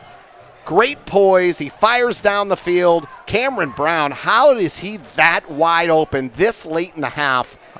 That's inexcusable, and head coach for Chaminade, Antoine Torrey, is not going to be happy with that. No, absolutely not. You had the lead, you were dominating the game, you were controlling everything, and now you've let the CBC Cadets back into the game on their own turf, where they haven't lost a regular season game in I think a regular season game in more than 4 years. You can't give them the momentum back, but they've taken it. So, and I did want to comment one thing on that last play. Brett Gabbert delivering a heck of a throw downfield. He had a lot of pressure coming down on his head. He stepped up into the pocket and threw a beautiful pass. Brown had to come back for it a little bit, but still wide open enough that didn't matter. So CBC will kick off after the penalty. It was called on Chaminade, so they'll kick it at the Chaminade 45. And just looking at the kickoff team and the sideline, there is a lot of extra jump now on this CBC sideline. Yeah, you're definitely seeing a lot more life in the legs of the CBC players on the sideline and the ones on the field. They've kind of come back to life. Revitalization is a good thing here. So adjustments will be huge in the second half for the Cadets, but let's be real. They've made adjustments here midway through the second quarter to come back and tie this game. Yeah, fantastic job by Coach Scott Pingle, Butch Dimovich, the defensive coordinator, Steve Notestein, Tony Kostiolik, the O-lineman. Oh, the pooch kick. And a little pooch on side kick. The ball's loose, and CBC has it.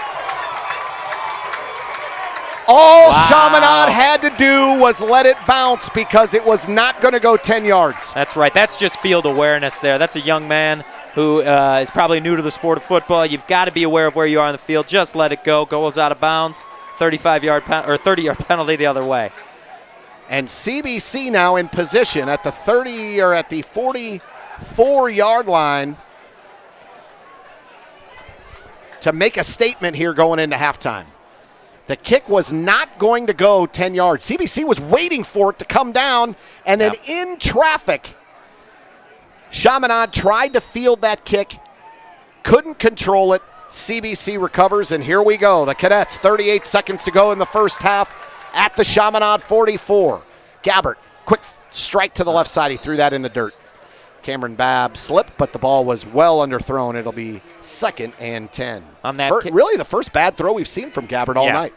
And that's going to happen, especially, too, with a young quarterback. He's only a sophomore. He's got a lot of developing to do as a quarterback. But even so, the poise we've seen out of this young man tonight, the arm he's got, the touch he could put on the ball, it's very, very impressive at such a young age. 2nd down and 10 now for CBC. They need about, let's say, 20 yards or so to really feel comfortable about Etzel's field goal range. Gabbert steps up, no one open. He's going to tuck it and run. He takes off down the left sideline, and he gets as much as he can, close to a first down at the 35. It'll be 3rd and 1. Again, Gabbert heads up play. Again, saw boys, nothing. Yeah, you've been saw talking nothing. about it. Saw nothing, and smart enough, this is what we call football IQ, gets out of bounds as quickly as possible, stopping the clock, giving CBC more time to get in Otto Etzel's range, and maybe even take a shot at the end zone if they get close enough. Plenty of time for that. 27.9 to play here in the half. CBC has turned this game on a dime. It's 13 all. Gabbert calls the play, gets the snap, steps up, looking. Fires deep down the sideline. Browns, that's Babb, and coming back to defend it, McGee. But the ball had a little bit of air under it, but Cameron Babb, if by the time he was going to come down with that, would have been out of bounds. Right. I think it was just a little bit too far for Babb. He had a step on McGee. McGee managed to close it because of how much air was under that ball. And I got to give a little bit of credit to McGee here. Heck of a play. Got his hand up, knocked it down. And Cameron Babb, I think if he had to do that over again, he might cut that route off and go up for that ball against McGee. Right. But it's hard to do when you're running full speed down the field. 4th down, there's a swing pass to the right. That's going to be a first down. A great move to the sideline inside the 30 and out of bounds close to the 20. Smart play again by Tyler Walton. Catches the sweep, manages to make one cut, gets upfield, and realizes he's not going to make it. Get out of bounds, don't get hit. Move the chains. Couple shots at the end zone likely here with 15.4 to play here in the half. 1st down and 10 CBC. Chaminade's fans have to be in shock right now. They were dominating this game for a quarter and a half. CBC has turned this game quickly with a big play offense. Gabbert takes a snap, fires towards the end zone, looking for Babb in the corner! Oh, he dropped it. He had it, but when he hit the ground so violently, the ball bounced free. Yep, not enough time for it to be considered a catch. Yep, and that's the ball had to be there. It was a perfect throw for that route. And if that ball was any shorter, Babb would have been well defended. Yeah. At some point, you throw it in the vicinity. You tell your playmaker to go make a play, and Babb almost did. Yeah, Babb, like I said, he's the athlete. He's the athlete every coach wants on his team. He'll do anything for anybody, but also he's just already as a junior in high school, he's a full developed man, basically. I mean, he can outrun almost anybody who's guarding him. 2nd down and 10 now for CBC. 10.1 to play. Let's see what the Cadets have dialed up here. Gabbert looking, and he's not going to get away from the Chaminade defense, and they're not going to be able to get to the line of scrimmage. That's going to end the half. But the CBC Cadets make a statement in the last half of the second quarter. Not so fast, Chaminade. We're in this game. Yeah, definitely coming back strong after a very slow kind of auspicious start for the Cadets. Chaminade controlling the tempo of the game, dominating the line of scrimmage, grinding, scoring. Same thing again. And CBC couldn't really get anything offensively converted. But then I guess the injury to a CBC Cadet player, the big hit by MJ Anderson, we see a huge momentum swing late in the second quarter. and CBC manages to convert 2 quick touchdowns. That's true. That momentum shifted on that M.J. Anderson hit in the I think backfield. so. It really did. It turned the defense up a notch. They got a couple of stops. CBC's offense went into quick strike mode.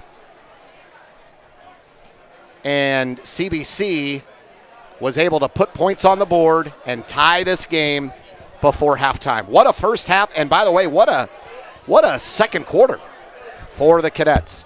It is halftime. It is halftime here at W. Michael Ross Stadium. Jim Pratt's alongside. My name's Randy Moehlman. And what a half it was. A story of Chaminade and then CBC. It was a tale of 2 teams in one half of football. It was unbelievable. Chaminade slowly grinding it out, winning and dominating the first quarter and even half of the second quarter. And then CBC with a huge momentum swing, big stop defensively. You turn it into 2 quick scores. You turn it into points that gets them on the board. It was 13-0 with about 6 minutes left in the second quarter. And CBC manages to turn the game on its head. They did. It's 13-all at halftime. There's weather rolling in here at W. Michael Ross Stadium. We're going to take a break for halftime, and we'll come back. And hopefully we'll play the second half here. We'll get started on time, and hopefully we don't have any sort of weather delay. But we'll keep you abreast of the situation here on the Cadet Student Network. My name's Randy Moehlman, along with Jim Pratt. Halftime score, CBC 13, Chaminade 13. And we'll be back in a few minutes. Let me help you protect what matters most and prepare for your retirement. I want to help everyone in the CBC family save money and stay protected. I've been in the business for 25 years. My team and I are ready to help you protect your family and save money. You can contact me at 314-842-4442. My email address is tim@timkylo.com, or my website is timkylo.com. Enjoy the rest of the game. Let me help you protect what matters most and prepare for your retirement. I want to help everyone in the CBC family save money and stay protected. I've been in the business for 25 years. My team and I are ready to help you protect your family and save money. You can contact me at 314-842-4442. My email address is tim@timkylo.com, or my website is timkylo.com. Enjoy the rest of the game. Let me help you protect what matters most.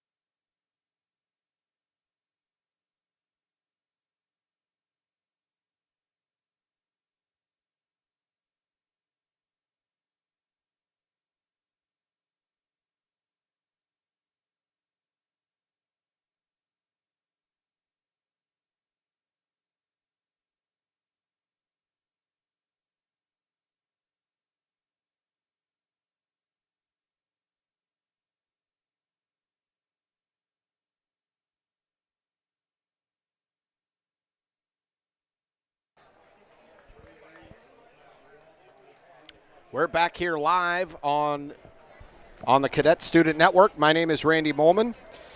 And, Jim, we've had a interesting halftime. Yeah. Weather delay. Mother Nature gave us quite the fireworks display, but no drops, no wetness fell from the sky. No rain, and the humidity has not lifted at all. It is still hot and humid here. It really is, and the first half was really a story. It was really two stories. Chaminade dominated much of that first half, especially at the line of scrimmage.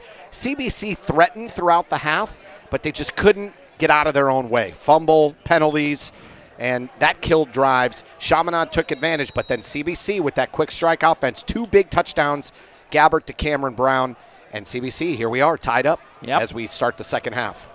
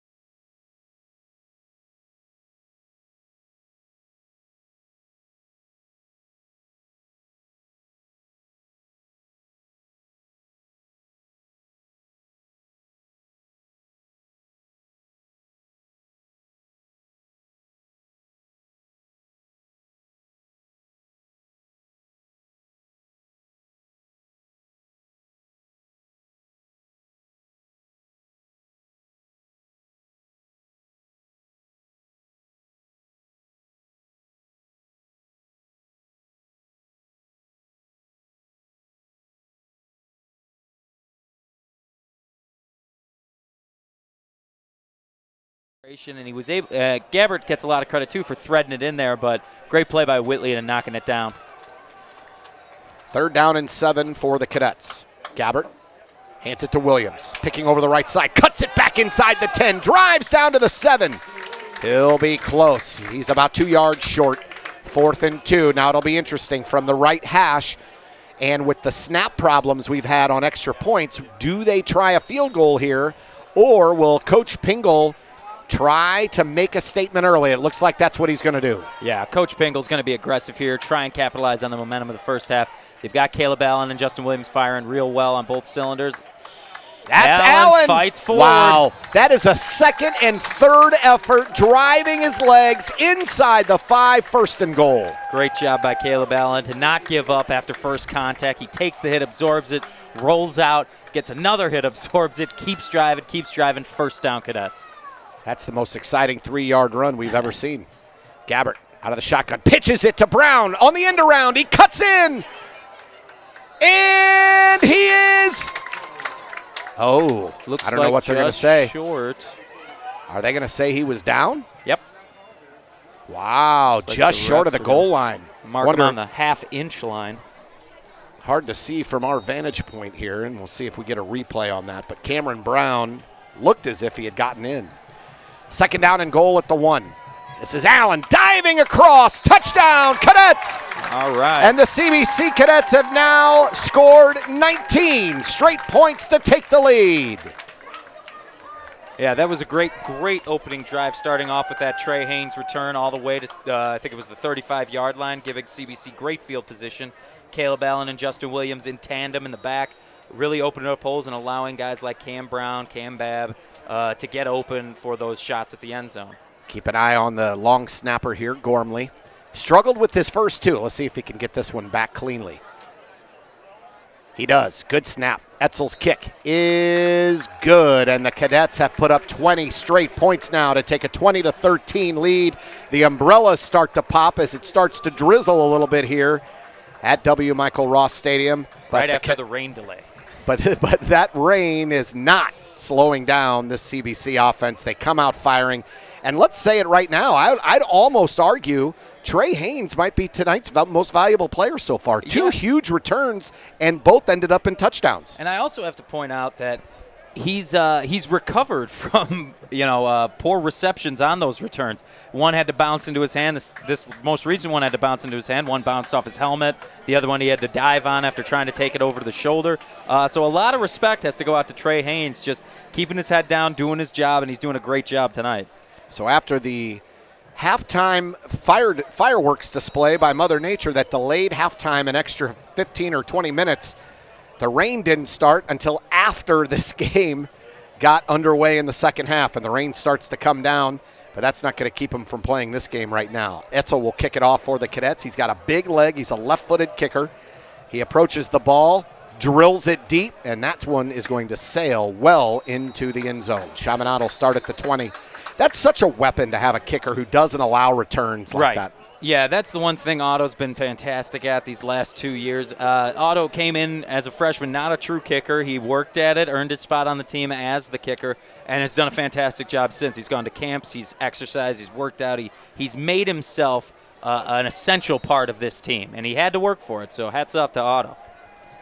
Chaminade starts first down and 10 at the 20. They now find themselves trailing 20-13 here at W. Michael Ross Stadium. McGovern under center, and Chaminade's going to stick to the game plan. I formation, but McGovern will throw out of it. He fires down the right sideline. He's got a man, and it's caught. Wow.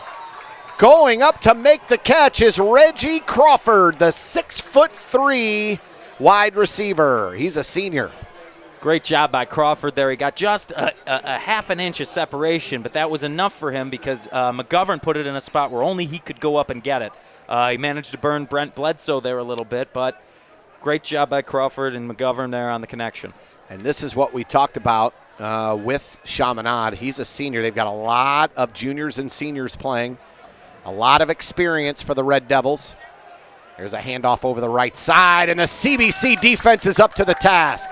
In on the stop, wrapping him up on the ankles was Darren Bennett before the rest of the Cadets came to finish him off. Yeah, and I wanted to comment on the one thing you just said there, Randy, about the age of this Chaminade Red Devils team. There are a lot of seniors, which comes with it mental fortitude and experience. They're not going to let a 7-point lead get them down, get them into a hole, get them into their own heads where they're thinking about it all the time. They're really focused, they're really driven, and they want to win today. And they're going to stick to this game plan, run the ball, eat some clock, and try to pound it at this CBC defense. Oh, and there's a big hit once again.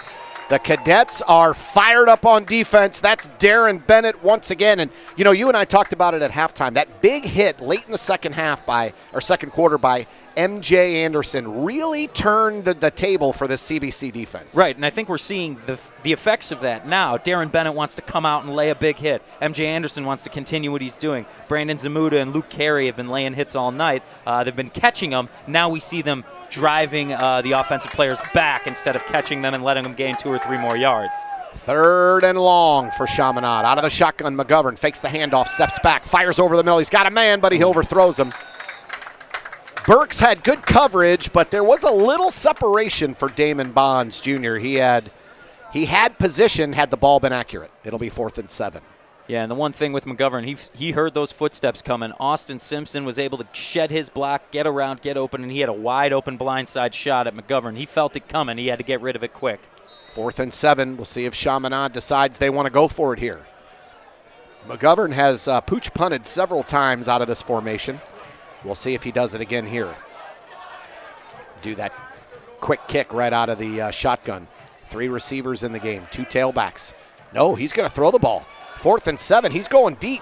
Down the right side, it's overthrown, and CBC's going to have great field position. Yep. And really, for the first time tonight, I'm questioning a little bit of that play call right there. You're talking 46-yard line of CBC, and you're going to go for it on 4th and 7. That's interesting. Yeah, it is an interesting call by head coach Antoine Torrey. But they've had success in the past, and they wanted to capitalize on them or try and regain the momentum they've lost. So by taking a little risk early when they're only down 7, I understand it. I don't fully understand it, but I can see where he might be coming from. And then let's try and shock him here and bring the momentum back our way.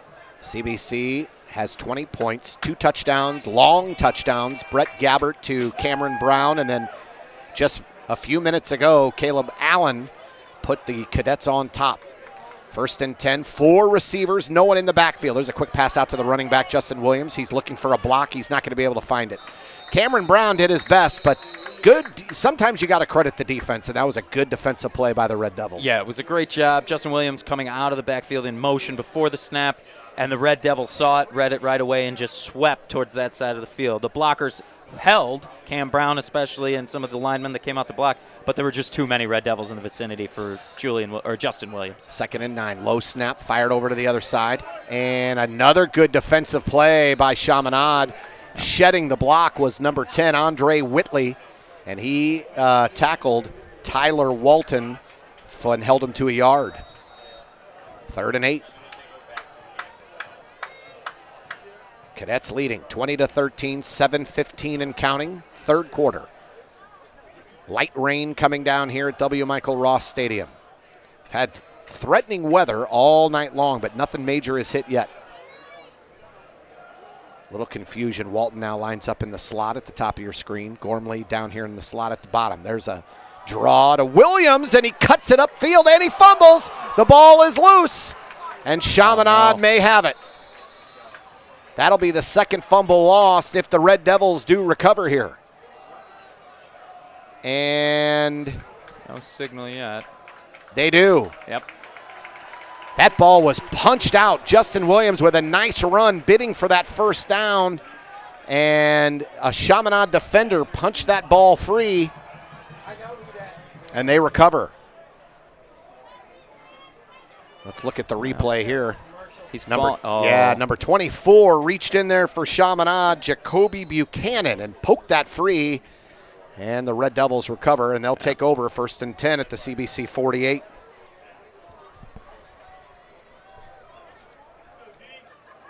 Quick handoff up the middle. It's a good gain on 1st down, close to 4 yards. Damon Bonds Jr., the ball carrier for Chaminade. And like you brought up earlier, Randy, the game plan hasn't changed for Chaminade. They're still with the grinded-out offense. All right, they're still going to burn clock, keep the tempo down to what they want. If they don't want CBC bringing up the tempo of the game to force them to score from 2 down. Even with CBC coming back at the end of the 1st half, that had to have been the message from Coach Torrey to his Chaminade Red Devils is, look, we've dominated this line of scrimmage, and we're going to keep at it. We're just going to keep pounding them. Darius Days with the carry there, and it'll be 3rd and 5. To CBC's credit, they have come up with some big stops from the middle of the 2nd quarter on to hold Chaminade at bay and take the lead here. We could talk about the big strikes on offense all we want. We could talk about Trey Haynes' returns all we want, but the CBC defense started to step up there at the end of that 1st half. Yeah, absolutely. So it's now 3rd and 5, approaching 5 minutes to play here in the 3rd quarter. McGovern takes the handoff, drops back on 3rd and 5. He drops deep, back at his own 45, throws across the field, looking for an offensive lineman, And that offensive lineman flattens M.J. Anderson and will get a penalty. And by the way, that's the same offensive lineman that knocked number 42, Julian Beach, out of the game earlier on a crackback block. Yeah, stuff like that is absolutely unacceptable in this kind of game. I get it. You're upset that your quarterback threw that ball. He was trying to throw it away. M.J. Anderson is a great athlete. He's tall, he's strong, he's got good hands, so he could have made that pick. And the fact that you're taking him out as he's trying to go for the ball before he's even near it, that's unacceptable, and I can't believe the officials aren't going to do something more about this. That's Marcus Greer, number 72, with the hit on the ball in the air. I don't know that I've ever seen a ball thrown toward an offensive player's direction, and instead of looking to make a play on the ball, he just drills the defender. Yeah, I think that is a little bit instinct, but also a little bit he didn't want that to be an interception. Probably not. If you're going to look at a play like that, you're probably not saying that that's a dumb play. I mean, it's a smart play to keep from the interception, but he drilled him up around the neck. Yeah, that's where it gets into the dangerous. That's where it gets dicey for sure. Because he saw that happen to Julian Beach, and from what we can see on the sidelines and what I heard during the rain delay, he's okay. A little shook up, but okay. As we look at the replay here, check this out. McGovern had nowhere to go. And as he's throwing the ball back towards his lineman, where the play gets dicey is right there when he leads with his helmet and he goes helmet to helmet on M.J. Anderson. That's where the penalty flag comes in. Had he maybe blocked him down around the shoulders or the chest area, nothing would have come maybe of it. It wouldn't have been a personal foul. That's right. But the other problem is that ball, MJ, as much of an athlete as he wasn't getting there. That ball was way overthrown. And so that guy, number 70, I believe 72 Greer. Marcus Greer, just wanted to take a cheap shot. And I can't really abide that, and I think it should be something a little bit more for him. So the dangerous Trey Haynes, who's been electrifying in the return game here today, stands. He's pretty shallow. He's going to make sure McGovern doesn't fake this punt first before he goes back to return it. McGovern, he's going to kick it. Haynes backs up. Line drive kick. It's going to bounce for him, but he's going to let it go. Smart move. Mm-hmm. Chaminade was all over him, and that's a smart play, and that'll roll down to the CBC 11-yard line. Yeah, smart play by Trey. He's already had two close calls with ones bouncing off his helmet and off his hands, so stay away. That ball's poison. Let Chaminade down it and let the offense take over with that speed and precision that they've been showing in the second half. Coming in, Haynes has only been able to return 4 kicks, 2 kickoffs, and 2 punts this year. And so he hasn't really made his presence felt until tonight, and he's really made his presence felt tonight. Hey, Cadet fans, are you protected? Call State Farm agent, CBC alum Tim Kylo for all of your insurance needs. Tim is more than just the best insurance guy in town. He's also the presenting sponsor here of the Cadet Student Network, and we are grateful for his support. Call Tim, 314-842-4442, or shoot him an email, tim@timkylo, that's KILO.com. Gabbert pitches it to Cameron Babb coming across the formation. He cuts it upfield with a spin move, but Chaminade's ready. 2-yard gain, and that's generous. Probably a long one. Maybe 1.5 yards. It'll be second and a long 7 or 8. See where they spot it. Oh, they spot it up at the 15. That's a generous spot. Mm-hmm. Looks like it's going to be 7 now. Yeah, 2nd and 7.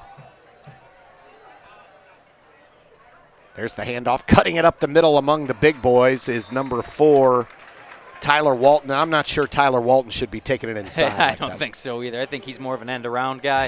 The fact that he cut up there right into the heart of that huge senior defensive line of Chaminade it's questionable thinking on his part. 3rd down and 6. 1-yard gain by Walton. Gabbert, flanked by 2 tailbacks, takes the snap. He's going to throw it. He fires over to the left side. He's got a man, and it's caught. First down, CBC. Good throw, good catch, and throwing the ball across the field like that, that just shows you the arm strength of Brett Gabbert. Cameron Babb with a nice catch. Yeah, Babb made a great effort there. And again, can't say enough about Gabbert's composure in the pocket. He's calm, he's ready. Even when the pressure's pouring down, the pocket's collapsing, he manages to get a decent throw off. First down and 10 now for the Cadets. Gabbert under pressure, rolls to his right. He's looking. There's going to be a penalty flag. He's finally brought down in the backfield. Number 24 chased him down, Jacoby Buchanan. But I have a feeling it's going to get set back even further with a penalty here. Looks like a hold against the Cadets.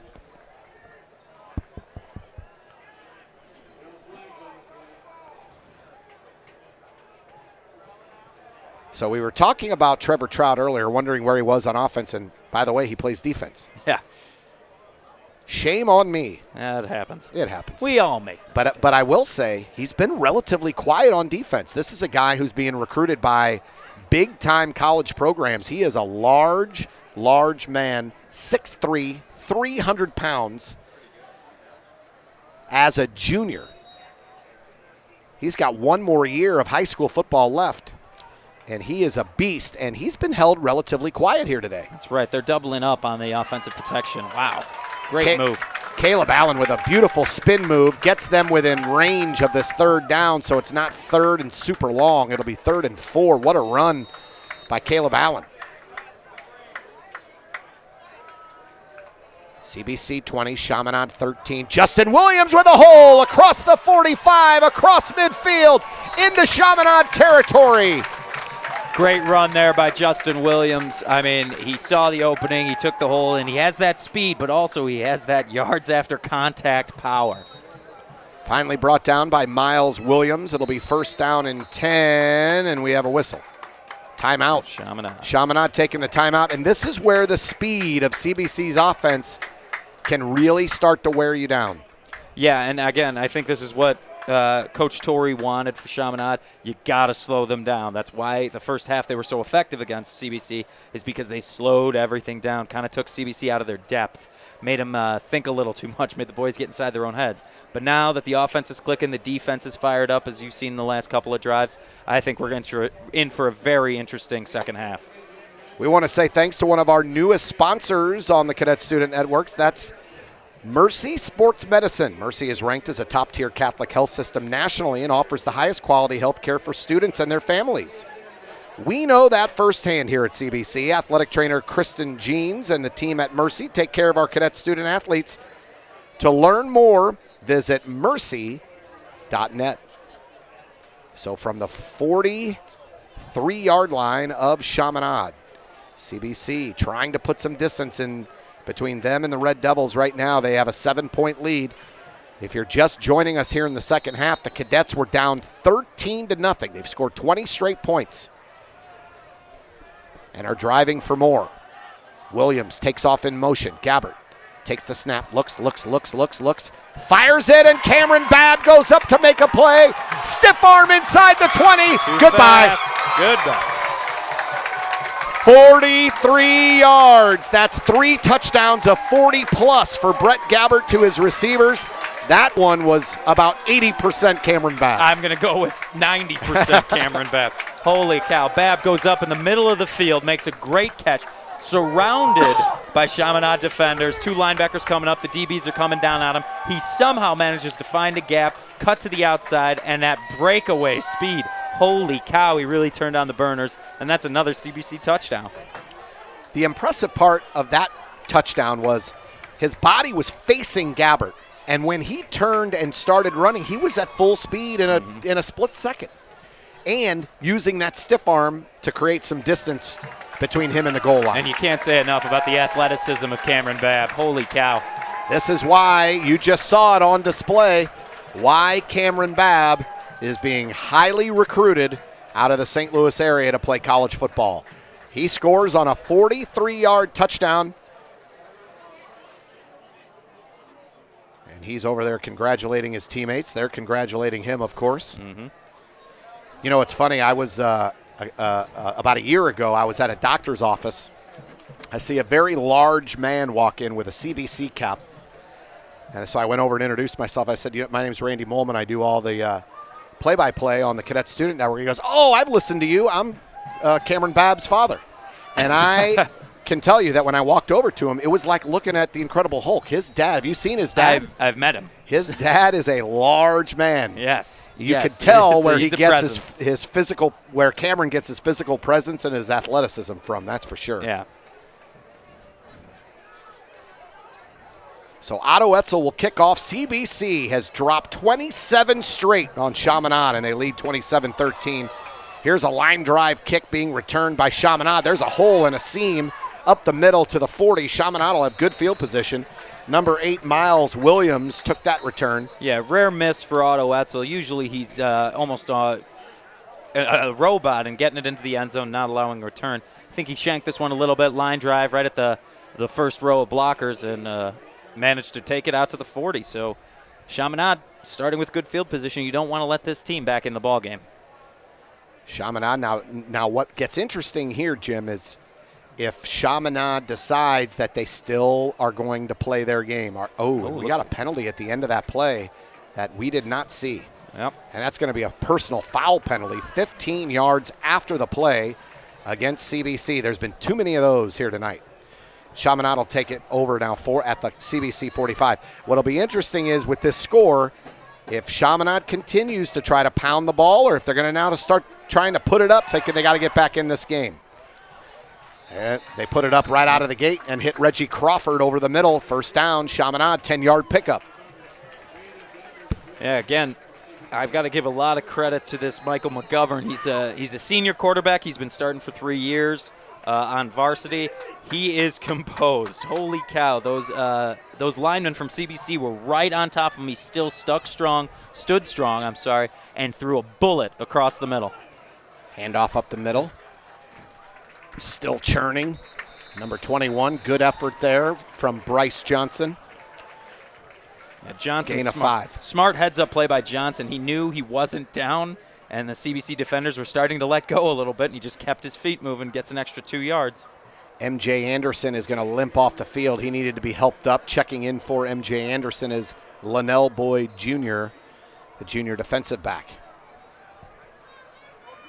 That will be a key loss. MJ Anderson has played a good role tonight in that Cadet defense.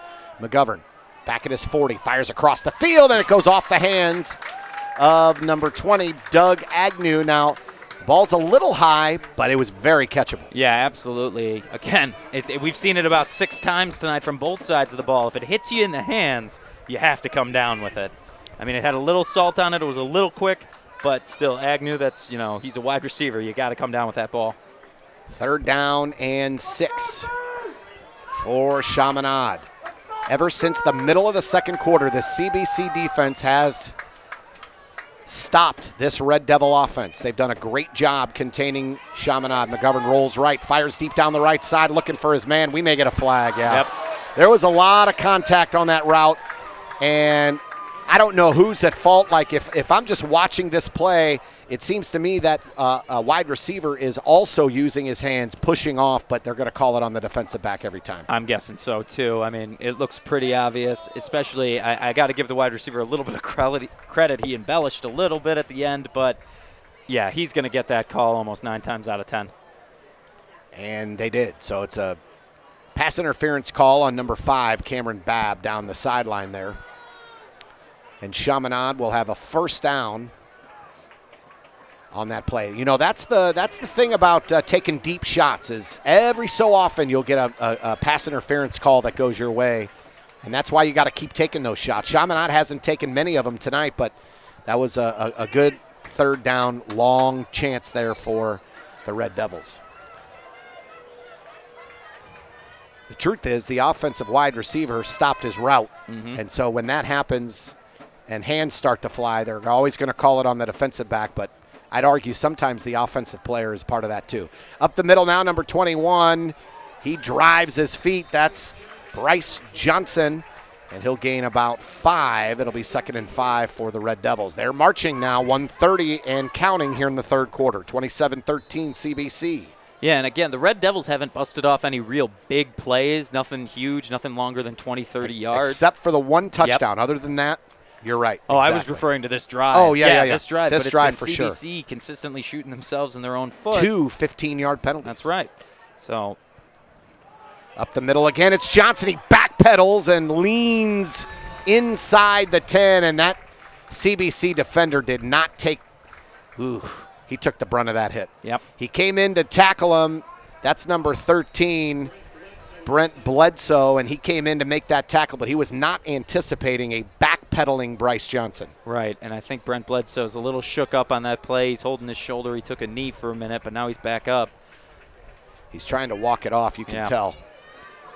Handoff again up the middle. This is Days, and he is in. Yep. Touchdown and a late flag. So I don't know if this will be a hold or maybe a face mask at the end of that play, but Days gets in the end zone. Chaminade's not going away anytime soon. So we'll wait to see what the call is from the refs here as they have a little conference. There's the run by Days. As you can see, he's really churning, fighting for that touchdown, and he gets it in for Chaminade. It looks so like the penalty's on CBC. Yeah. Chaminade answers. And this is going to be a good fourth quarter, everyone. Stay tuned. The two MCC heavyweights, the two favorites in the conference, going at it.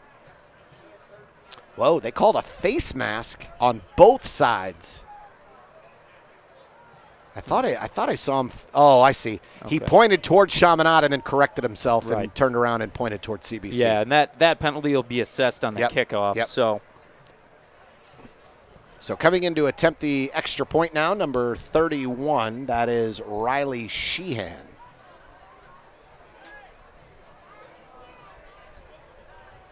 Still drizzling here at W. Michael Ross Stadium, but nothing too bad yet. Mm-hmm. Kick is up and good. I think luckily a lot of that bad weather is going to pass just to the south of us, but I'll knock on wood, so hopefully we can get this fourth quarter in. Exactly, and we want to see this fourth quarter. It's going to be a good one. 27-20 CBC. Cadet fans, if you know a grade school student who might be a future cadet, encourage them to pay us a visit and experience CBC for themselves. Call Melissa Ryan, 314-985-6095 to schedule a tour of CBC or an 8th grade shadow visit. That's 314-985-6095. Spend a day with us and experience what CBC is all about. Fans, if you like sports shooting, you'll love Clays for Cadets on Saturday, September 17th. Join us at, is it Strathalbyn? Is that how you say that? Mm-hmm. Strathalbyn Farm. I probably should have done a little research before I tried to guess the pronunciation, but I got it right. You got it right. Every so often, I'm 1 out of 100 times. Anyway, Strathalbyn Farm has this great event, and it's sponsored by the Dean team, so learn more at cbchs.org/clays.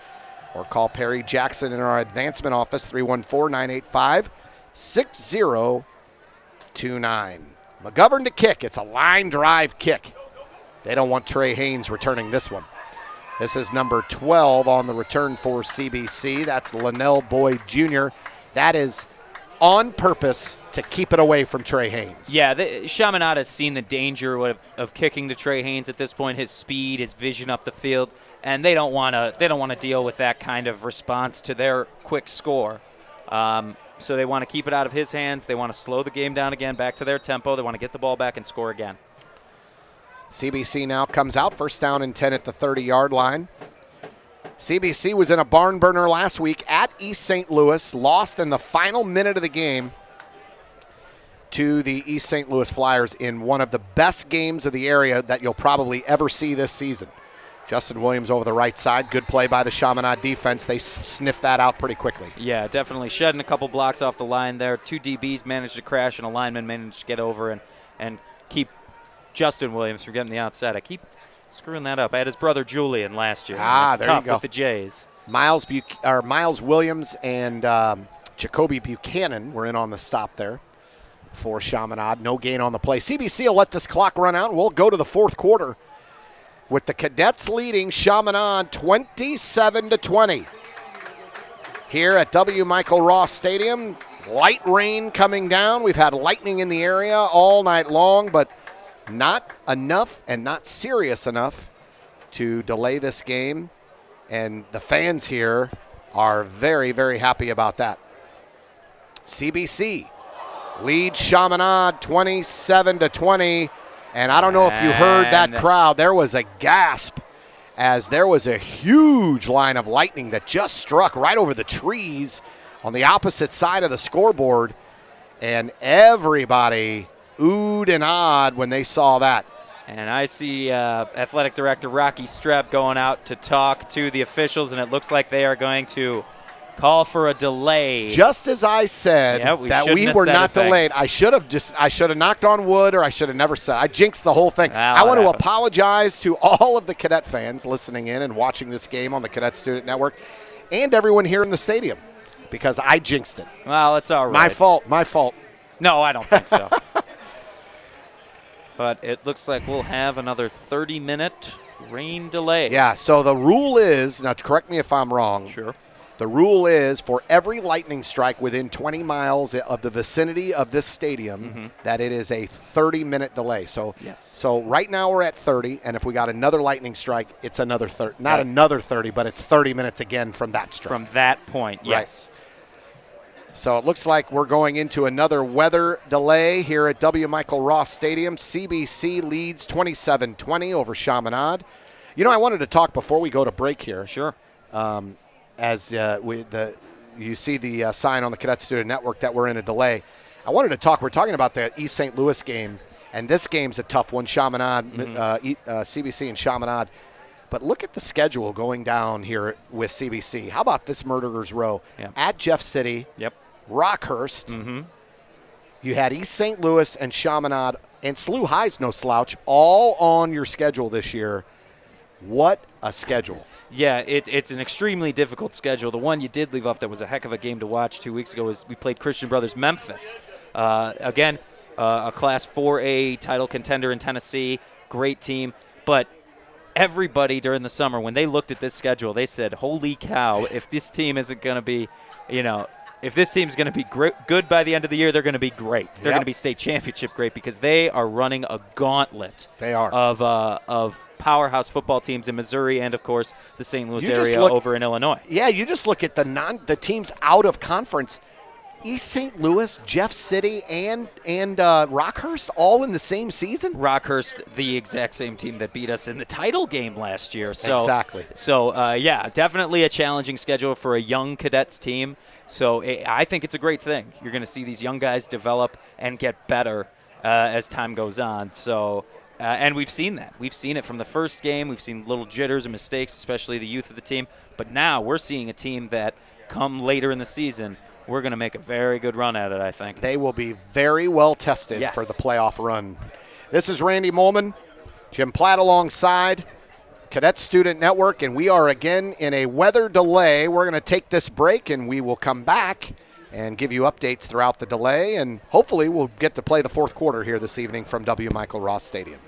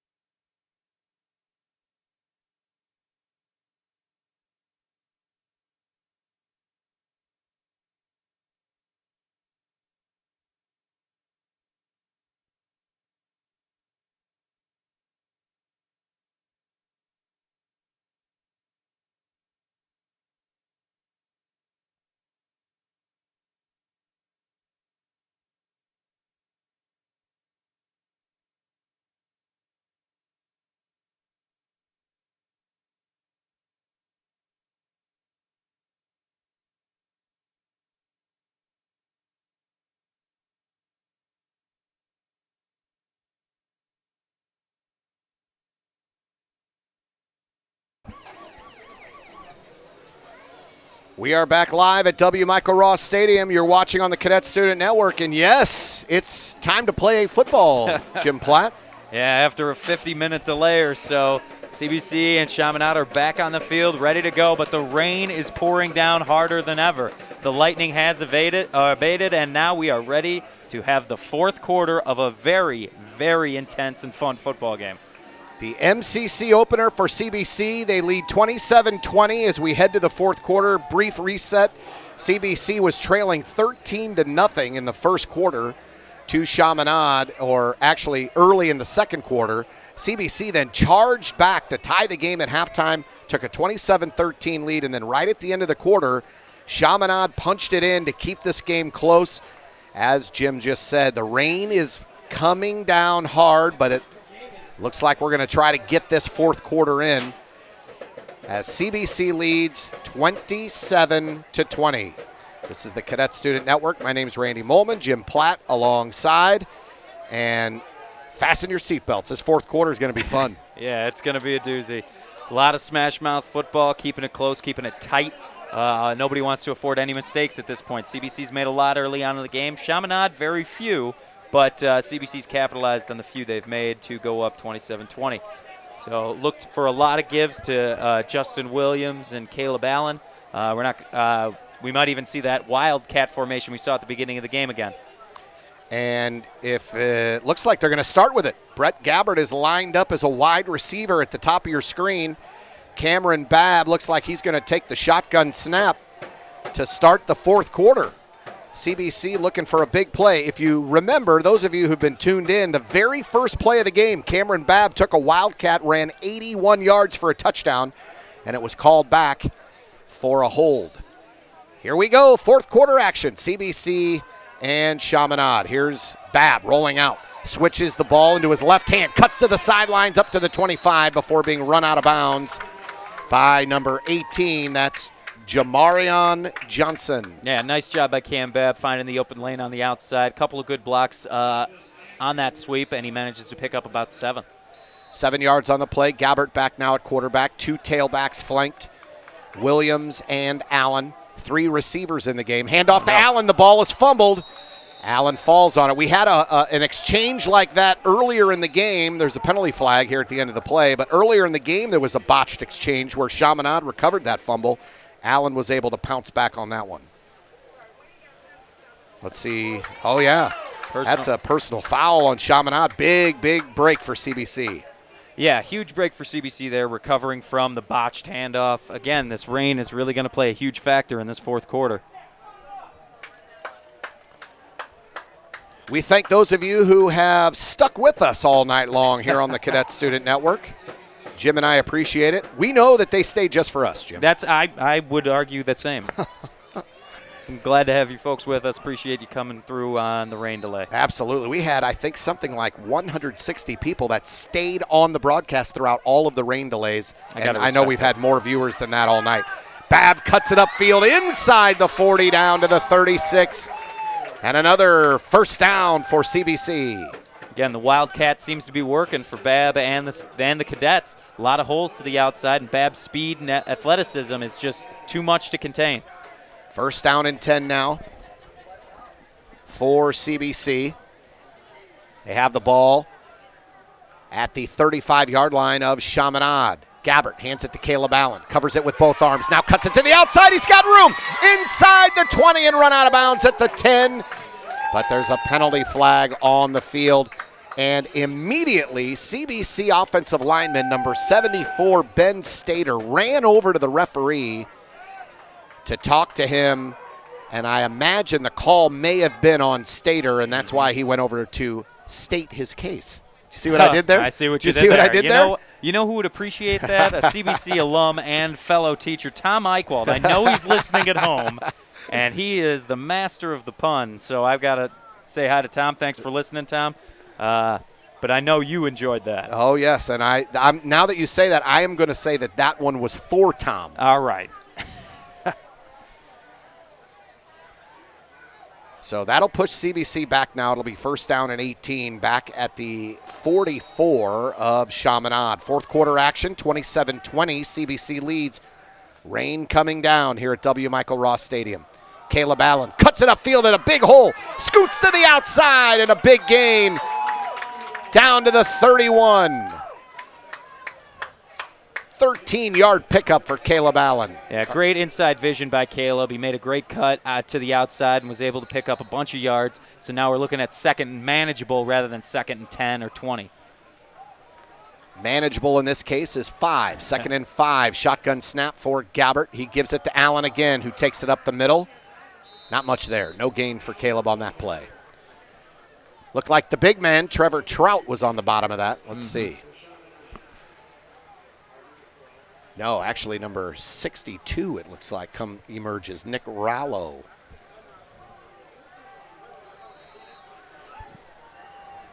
So 3rd and 5 now for CBC. Leading by 7.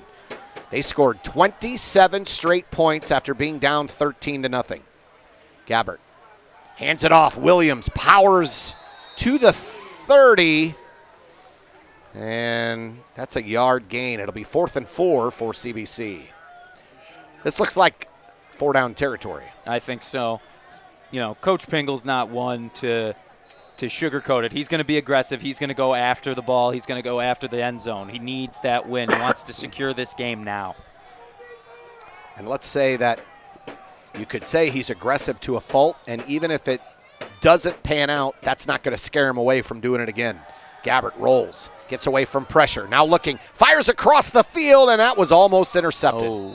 Dangerous throw intended for number 87. That's Benji Gormley, and he threw into traffic there. Yeah, double coverage over Benji. You know, again, showing Gabbert is a young quarterback. He's scrambling to his right. He's throwing across his body back towards the middle. Double coverage. He's lucky that wasn't picked. Chaminade takes over now, 9:22 to play, and as we were talking about during the delay, this kind of weather, the rain, the wet, I think this favors the Chaminade offense a little bit just because they like to run the ball. I agree. Great defensive stop on the first play. In on the stop, number 21, Luke Carey, and he's been all over the field tonight. Yeah, the linebackers have really been putting on a show, coming alive pretty much mid-second quarter. They're doing a great job defensively of stepping up and really stopping this hard-running, hard-hitting, and big Chaminade offense. Under 9 to play now. Chaminade, 2nd and 10. They gained maybe a half yard, so we'll call it 2nd and 9. Fake handoff. No, they give it to him, and he is met in the backfield. In on the stop, M.J. Anderson. Gormley was back there. Gavon Burks was back there, and CBC's defense flying around here in the 4th quarter. Loss of 3. 3rd and 12. And look who's back on the field. Number 42, Julian Beach, is back on the field. He took a huge hit earlier, and it took him a good 5 minutes to get off the field. Boy, that just warms your heart to see him back out there, doesn't it? I was able to talk to some of the managers of the team during the rain delay, and they said it was a chest injury, not a head injury. The doctors have cleared him to play, so he's safe out there. McGovern scrambling for his life, and then he throws incomplete, intended for Days. 2 CBC rushers were in the backfield quickly, kind of tripped over each other as McGovern got away, but by the time he got to the outside, he was met with more CBC defenders, and at that point, he just had to get rid of it.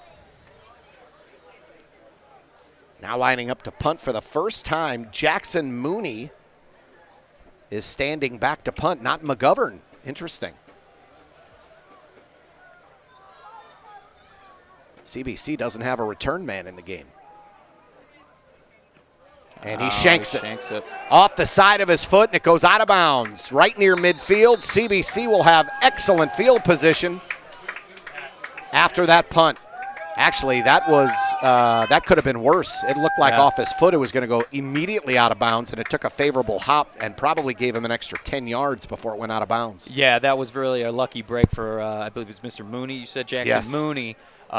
He shanked it off the side of his foot. Luckily, he got end-over-end topspin, and it just took a lucky bounce forward, managing to scramble out right around the 49 of the Cadets. CBC 27, Chaminade 20. 4th quarter action, 7:52 remaining. You're watching on the Cadet Student Network. Randy Moehlman and Jim Platt bringing you all the action. Here's Caleb Allen.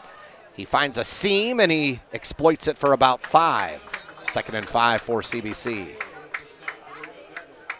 And again, going from the third quarter to this quarter, you're seeing a much slowed down, a much more paced CBC offense. They're not running that spread, that hurry up that they love to run and they've exploited for so many years. And I think the rain's the huge factor, but it is starting to let up here a little bit. Another handoff to Caleb Allen. He goes over the right side, cuts it upfield, and emerges after a 10-yard pickup and a first down for the Cadets. Good cut right there by Caleb Allen. He turned it upfield, and that cut was beautiful. Saw the hole, cut it upfield, got the first down. Allen again tries to sidestep a tackler, and he can't, falls down. Technically, it looks like number 52 will get credit for the tackle, Justin Slemmer, but Trevor Trout was the one who disrupted it. So 2nd down and 10 for CBC. Under 7 to play, 4th quarter. Cadets leading 27-20.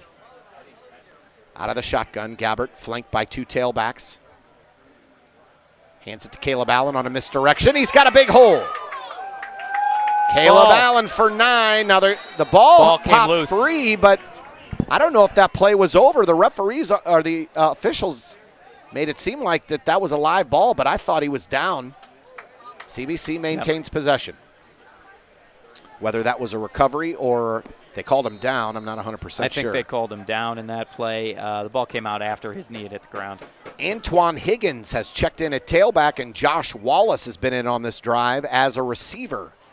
This is Higgins. Not much there. No gain for Higgins. In on the stop for Chaminade, their big defensive tackle.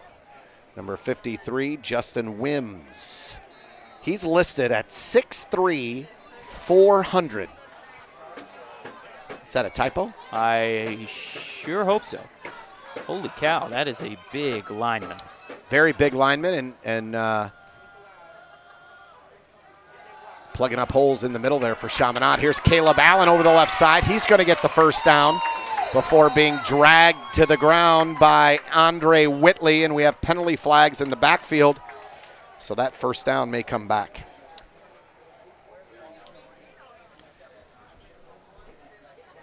Two flags were thrown. Let's see if there's 2 separate penalties or if two officials saw the same one. Let's see what we got. We got a hold against CBC and a personal foul face mask against Chaminade. So they offset. We'll do it again. All right.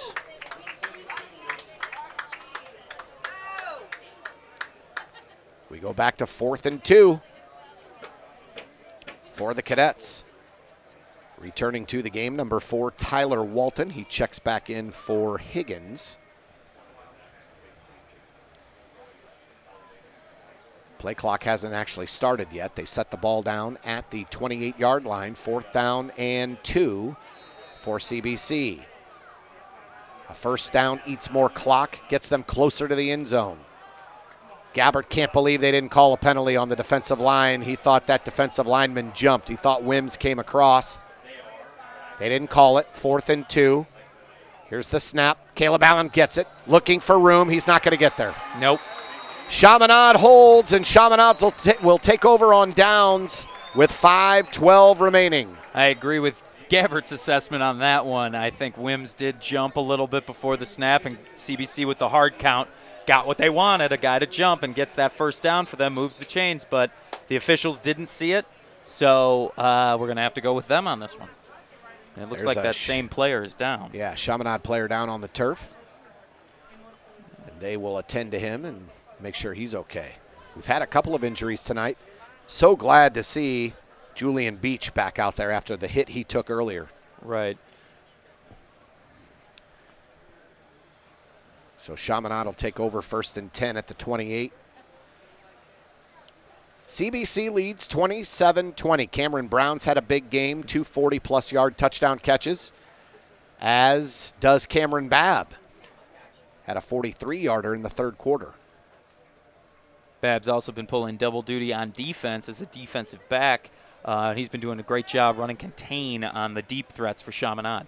Cameron Babb also getting some work in as a Wildcat quarterback here tonight. Yeah, haven't Cameron seen that Babb before. does it all, man. He's everywhere. All right. Looks like the Chaminade player is able to get up. 53. That's 53. That's Wims. That's the big man. 6'3", 400. He's a senior. He is hard to handle in the middle of that defense. He also plays on the offensive side. Wims started at right guard for Chaminade tonight. He'll go take a breather, though. They'll make sure he's okay. First down and 10 for the Red Devils. They trail 27-20, 5:12 remaining. Couldn't ask for more in an MCC opener. McGovern over the middle, intercepted! Reading it the entire way, Brent Bledsoe. And just like that, CBC gets a huge momentum swing after getting stopped on 4th and 1. Chaminade thinks they can get back in this game, and Brent Bledsoe shuts the door on them. Bledsoe read it, the slant over the middle, stepped right in front, picked it off, his first interception of the season. And CBC is in business, 1st and 10. They spot the ball at the 31-yard line of Chaminade. We only have 5:04 remaining. The rain coming down here at W. Michael Ross Stadium. The CBC Cadets trying to extend this lead, trying to put Chaminade away. Babb lines up at quarterback. He takes the handoff, or he takes the snap. He'll keep it himself after faking to Caleb Allen, and he sprints down the sideline, cuts it back across the middle of the field. Are you kidding me? Touchdown, Cameron Babb. Touchdown, CBC, 31 yards. No penalty flags. And that right there is the perfect demonstration of the athleticism and football IQ of Cameron Babb. He comes, he holds the handoff, gives it the delay, then pulls at the last second, almost losing it for a second, goes all the way out to the left side, finds a seam, is about to be stopped, cuts back across, and the defense over-pursues. So they're coming over to the near side of the field, and Bam just cuts right in between them, and they miss completely, and he takes it to score in the far right corner. Cameron Babb, his athleticism on display there. That extra point is blocked. The extra point is blocked by Chaminade, and it's 33-20 with 4:49 remaining, and you have to think that at this point in the game that you're putting Chaminade in a position where they have to get out of their comfort zone, and they're going to have to throw the ball around a little bit here in the fourth quarter. At this point, 4:49 to go. Chaminade has no time to run that grinded-out offense that was working at the beginning of the game. No time. Look at this replay. Cameron Babb, as Jim just pointed out, he pulls it back from Caleb Allen, takes it himself around the corner, beats the defensive back, and then sees a wall of white jerseys, cuts it all the way across the field to the opposite corner for a touchdown. That is vintage Cameron Babb right there. The one thing I'd love to point out about that replay also is that he never went straight east to west. He was always moving forward, even if it was at an angle, always going north-south, always gaining yards, gaining inches. And it worked out for him fantastically, but it even put CBC in a better position to score if he didn't make it. Again, football intelligence, football IQ is very high for Cameron Babb. 33-20. Remember that name. Those of you who are not CBC faithful that are checking in here tonight to watch this one, remember that name, Cameron Babb. You'll see him play on Saturday's major college football here in 2 years. That kickoff goes out of bounds, so Chaminade will get really good field position to start. They trail now by 13 with 4:49 to play.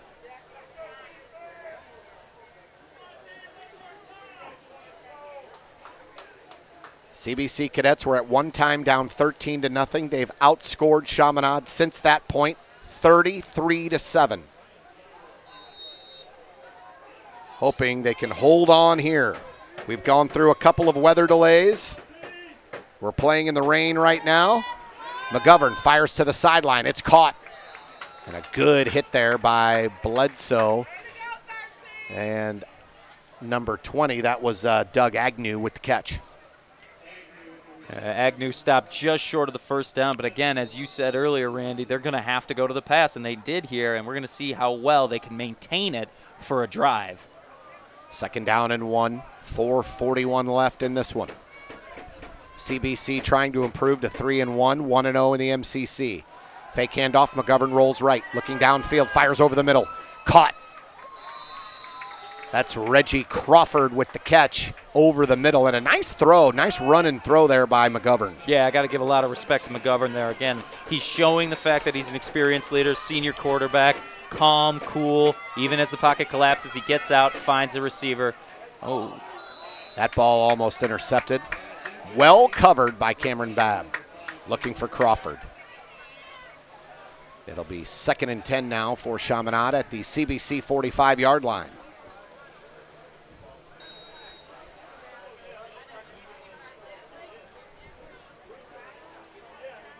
.425 remaining. Chaminade came in undefeated. They beat St. Louis U High last week, 30-28 in a thriller, to go 1-0 in the MCC.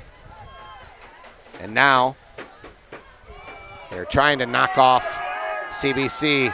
There's the double reverse. McGovern is rushed out of the pocket and he throws it away. Great defense there by CBC as Chaminade pulled the trickery and couldn't get it done. CBC disrupted it with their speed. Yeah, it was a good job by CBC defense penetrating into the backfield and cutting off any options that Chaminade had. The reverse was good, but Benji Gormley was there to cut off the double reverse. And then as they gave kind of a flea flicker style pass back to McGovern, there were already 2 CBC linebackers right in his face. He had no time, so good job by the defense. 3rd down and 10 now for the Red Devils. McGovern feels the heat, rolls, and still trying to find somebody. Finally throws it, and it's incomplete. Wow, McGovern avoided being sacked. And you got to respect the athleticism there, and he almost made something out of nothing, hitting Bryce Johnson on the sideline there. Yeah, and good for Johnson, seeing his QB's in trouble, coming back to him, giving him an option at least. Again, McGovern with a tough throw right on the sideline, but again, he's scrambling, so it's 4th and 10. 4th and 10, and this could be the ball game here for Chaminade. 4:03 remaining. 33-20, CBC leads. Chaminade needs a first down here, or they turn it over on downs. McGovern out of the shotgun. Takes the snap. Looking, sets up, steps up, fires down the field, and it's overthrown. Good coverage by Gavon Burks. Yeah. And he was looking for his tailback. Down the seam, Damon Bonds Jr. So now CBC, you know they're not going to go into protection mode. No. You know, that's not Coach Pingle's MO. He's going to keep attacking here to try to put even more distance between them and Chaminade. Yep. It's the basic pedal to the metal mentality. If you let off the gas even for an instant, you're going to get guys making mistakes, getting lackadaisical, and that's where the big thing, that's where you get burned. That's where a missed handoff or a miscommunication between quarterback and running back is going to allow Chaminade to capitalize and maybe get this ball back.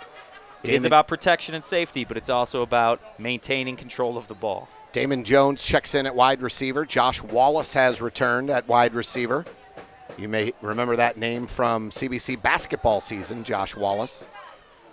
This is Allen pounding it up the middle. Gains about 4. We haven't seen Justin Williams here in the 4th quarter. And if you remember in the 3rd, he came limping off. Is he in the game now? Yep. He is. He's back. Okay. I was wondering if maybe he tweaked an ankle or a knee or something, and good to see him back in. Gormley lines up in the slot on the left side. Josh Wallace split wide. Babb and Brown are on the sidelines for CBC. 2nd down and 7. Penalty flag, and that usually means a false start, or it could be a delay of game. I think the clock was at 0. So it'll be 2nd and 12 after the penalty. 3:13 remaining. The Cadets have a 13-point lead. Couple of first downs on this drive might just put this game away. Yeah, again, it's about, staying within themselves, staying controlled, and understating that they just need a controlled, consistent drive, okay? Passes are an option, but you don't want to use them unless absolutely necessary. Williams and Caleb Allen can handle this. Second down, 12. Gabbert takes the snap, hands it to Allen. Misdirection, cuts it up the middle. Pounds his way up to midfield.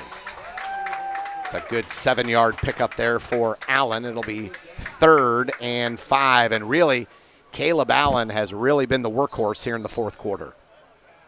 Cameron Babb returns to the lineup, checking out. Carson, check that, Damon Jones. And it looks like Babb's going to line up again in the Wildcat formation, flanked by Allen and Williams. There's a fumble. Babb falls on it. Loss of 6. That's exactly what I was talking about earlier. It's about maintaining control. Don't try and do too much. Just get those easy first downs. Use the ground game and keep ticking that clock away. Chaminade takes a timeout here, a wise timeout to stop the clock. CBC will be forced to punt. It's 4th down and 11. 2:34 remaining. It's getting late. It's getting late. I'm an old man. It's past my bedtime. Jim Platt alongside. My name's Randy Moehlman. You're watching tonight's action on the Cadet Student Network, and we've had a couple of weather delays, a lot of lightning in the area. Rain still coming down here at W. Michael Ross Stadium. These two teams have been waiting too long to not have it out tonight. They're ready to go, and Chaminade and CBC, this has been one heck of a ball game. It's been a lot of fun. Seen a lot of talented players on both sides of the ball, and I'm guessing we will probably, and this I don't mean to jinx anything, I'm guessing we will probably see these Chaminade Red Devils again, possibly in the playoffs. Chaminade was in the Class 5 state title game last year. That's right. This is a good team. Lining up to punt is Austin Simpson, his first time punting here tonight. And Chaminade brought the house trying to block it. Good kick by Simpson. Yeah, great kick. I nice, mean, nice goes tight out of spiral. bounds. Goes out of bounds. They didn't have the distance, but he did get it away. It wasn't blocked.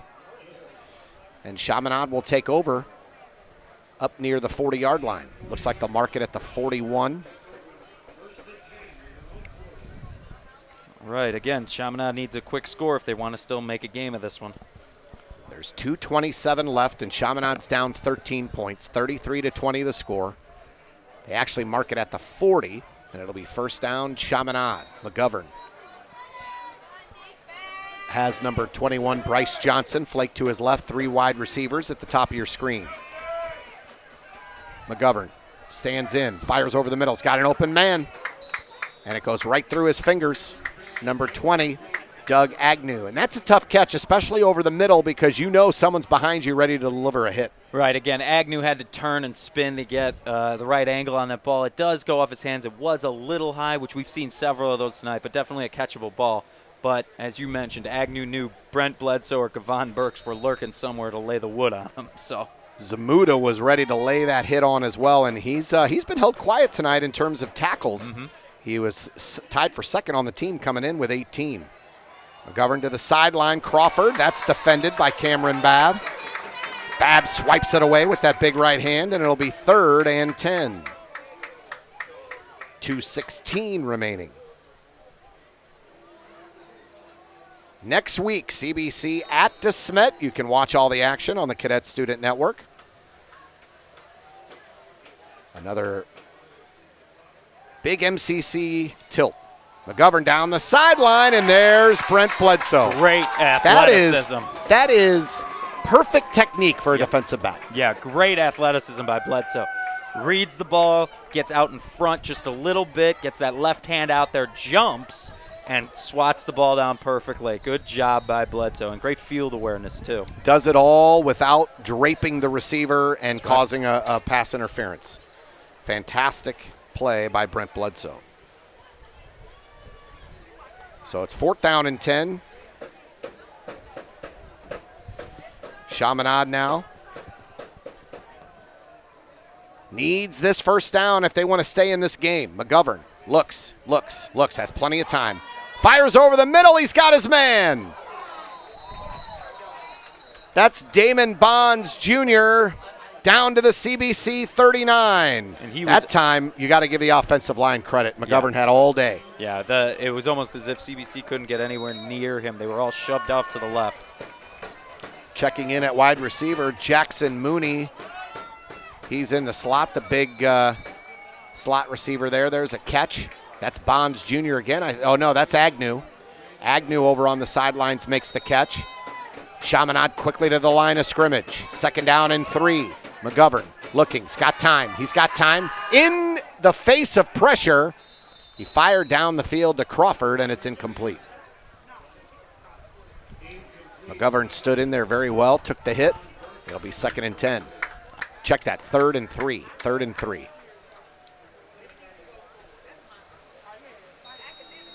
.131 remaining.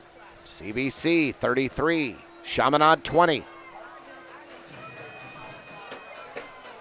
You've watched all the action and inaction on the Cadet Student Network tonight. We appreciate everybody who stuck with us through it all from the beginning. Here's McGovern. Now he rolls. Pressure coming.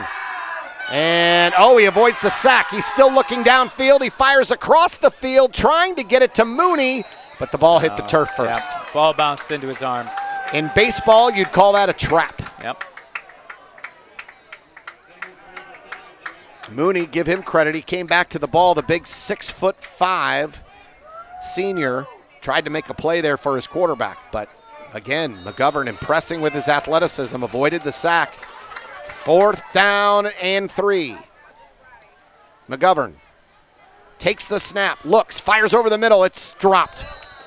And I think that's going to do it. And that's going to do it. There is no flag, and CBC will take over. The Cadets will run this one out. 1:11 remaining.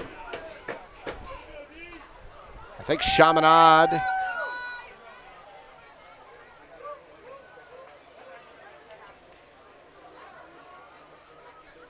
may have one timeout left. That's all they have. Yeah. And I'm guessing the Cadets will probably just run a couple up the gut, get the clock rolling, and that'll be the end of it. Actually, we're looking at victory formation. Yep. Babb is going to line up deep. Gabbert's going to take the snap under center. And CBC is going to get out of here with a victory after an inauspicious beginning. Gabbert takes the snap, takes the knee, and this one is going to end. The CBC Cadets down 13-0 early, battled back, scored 27 straight, and then will hold on to win this one 33-20 over Chaminade. What a game for CBC after starting out a little bit slow. Yeah, definitely a little bit slow. They seemed a little kind of lackadaisical on the offensive and defensive side of the ball, but they came together, and this is good to see out of a young team. They could battle back from adversity. They could realize, hey, we're down. We need somebody to kind of take us on their back, shoulder us up, and then get everybody fired up. Key returns by Trey Haynes in this one. Big catches and runs by Cameron Babb for long touchdowns. And, of course, Cameron Brown had 2 long touchdowns himself. Brett Gabbert, poised as a sophomore, made some fantastic throws. And the CBC Cadets will walk out of W. Michael Ross Stadium with the W. They go 1-0 in the MCC. They continue their dominance over Chaminade. That's now 32-4, I believe. At home. Chaminade versus CBC over the years. Yep. My name's Randy Moehlman, Jim Platt alongside, and Jim, next week, doesn't get easier, at the Smet. Yep. On paper, you look at that game and go, well, CBC should win that game. But you never know in this conference. A new coach at the Smet, right. And you just never know what will happen week to week in this conference. That's why it's the best conference in the St. Louis area. Yeah, absolutely. DeSmet, too, a big rivalry game for CBC with the proximity of our schools and a lot of animosity between those kids, but it's good animosity. It's competitive animosity. So we're going to see a very competitive DeSmet team come out and try and sideline this season early, and it'll be a challenge. Every game, any given Friday, you can see somebody win or lose in this conference, so it's really great. Here comes some of the, as you can see on your screen here, some of the Cameron Babb highlights. Look at this run here early. This was his first touchdown, or the first play of the game, actually, that I think got called back for holding. That's right. The 81-yard play here by Babb, and you can just see the speed and the strength on which this kid has. Cameron Babb took it to the house, but it was unfortunately called back for holding. Yeah, and Cam Babb's definitely one of the kids I would consider to be player of the game, or at least somebody who definitely had a huge impact on this game. Him and Cam Brown, especially on the offensive side of the ball. So the CBC Cadets end up winning 33-20. They go 1-0 in conference. They improve to 3-1. They'll take on DeSmet next week. You can catch all the action right here on the Cadet Student Network. For Jim Platt, my name is Randy Moehlman. Thank you for joining us this evening. It was a long, long night with all the weather delays, but we appreciate you sticking with us, and hopefully you'll tune in again next week. Until next Friday at 7 o'clock, so long, everybody.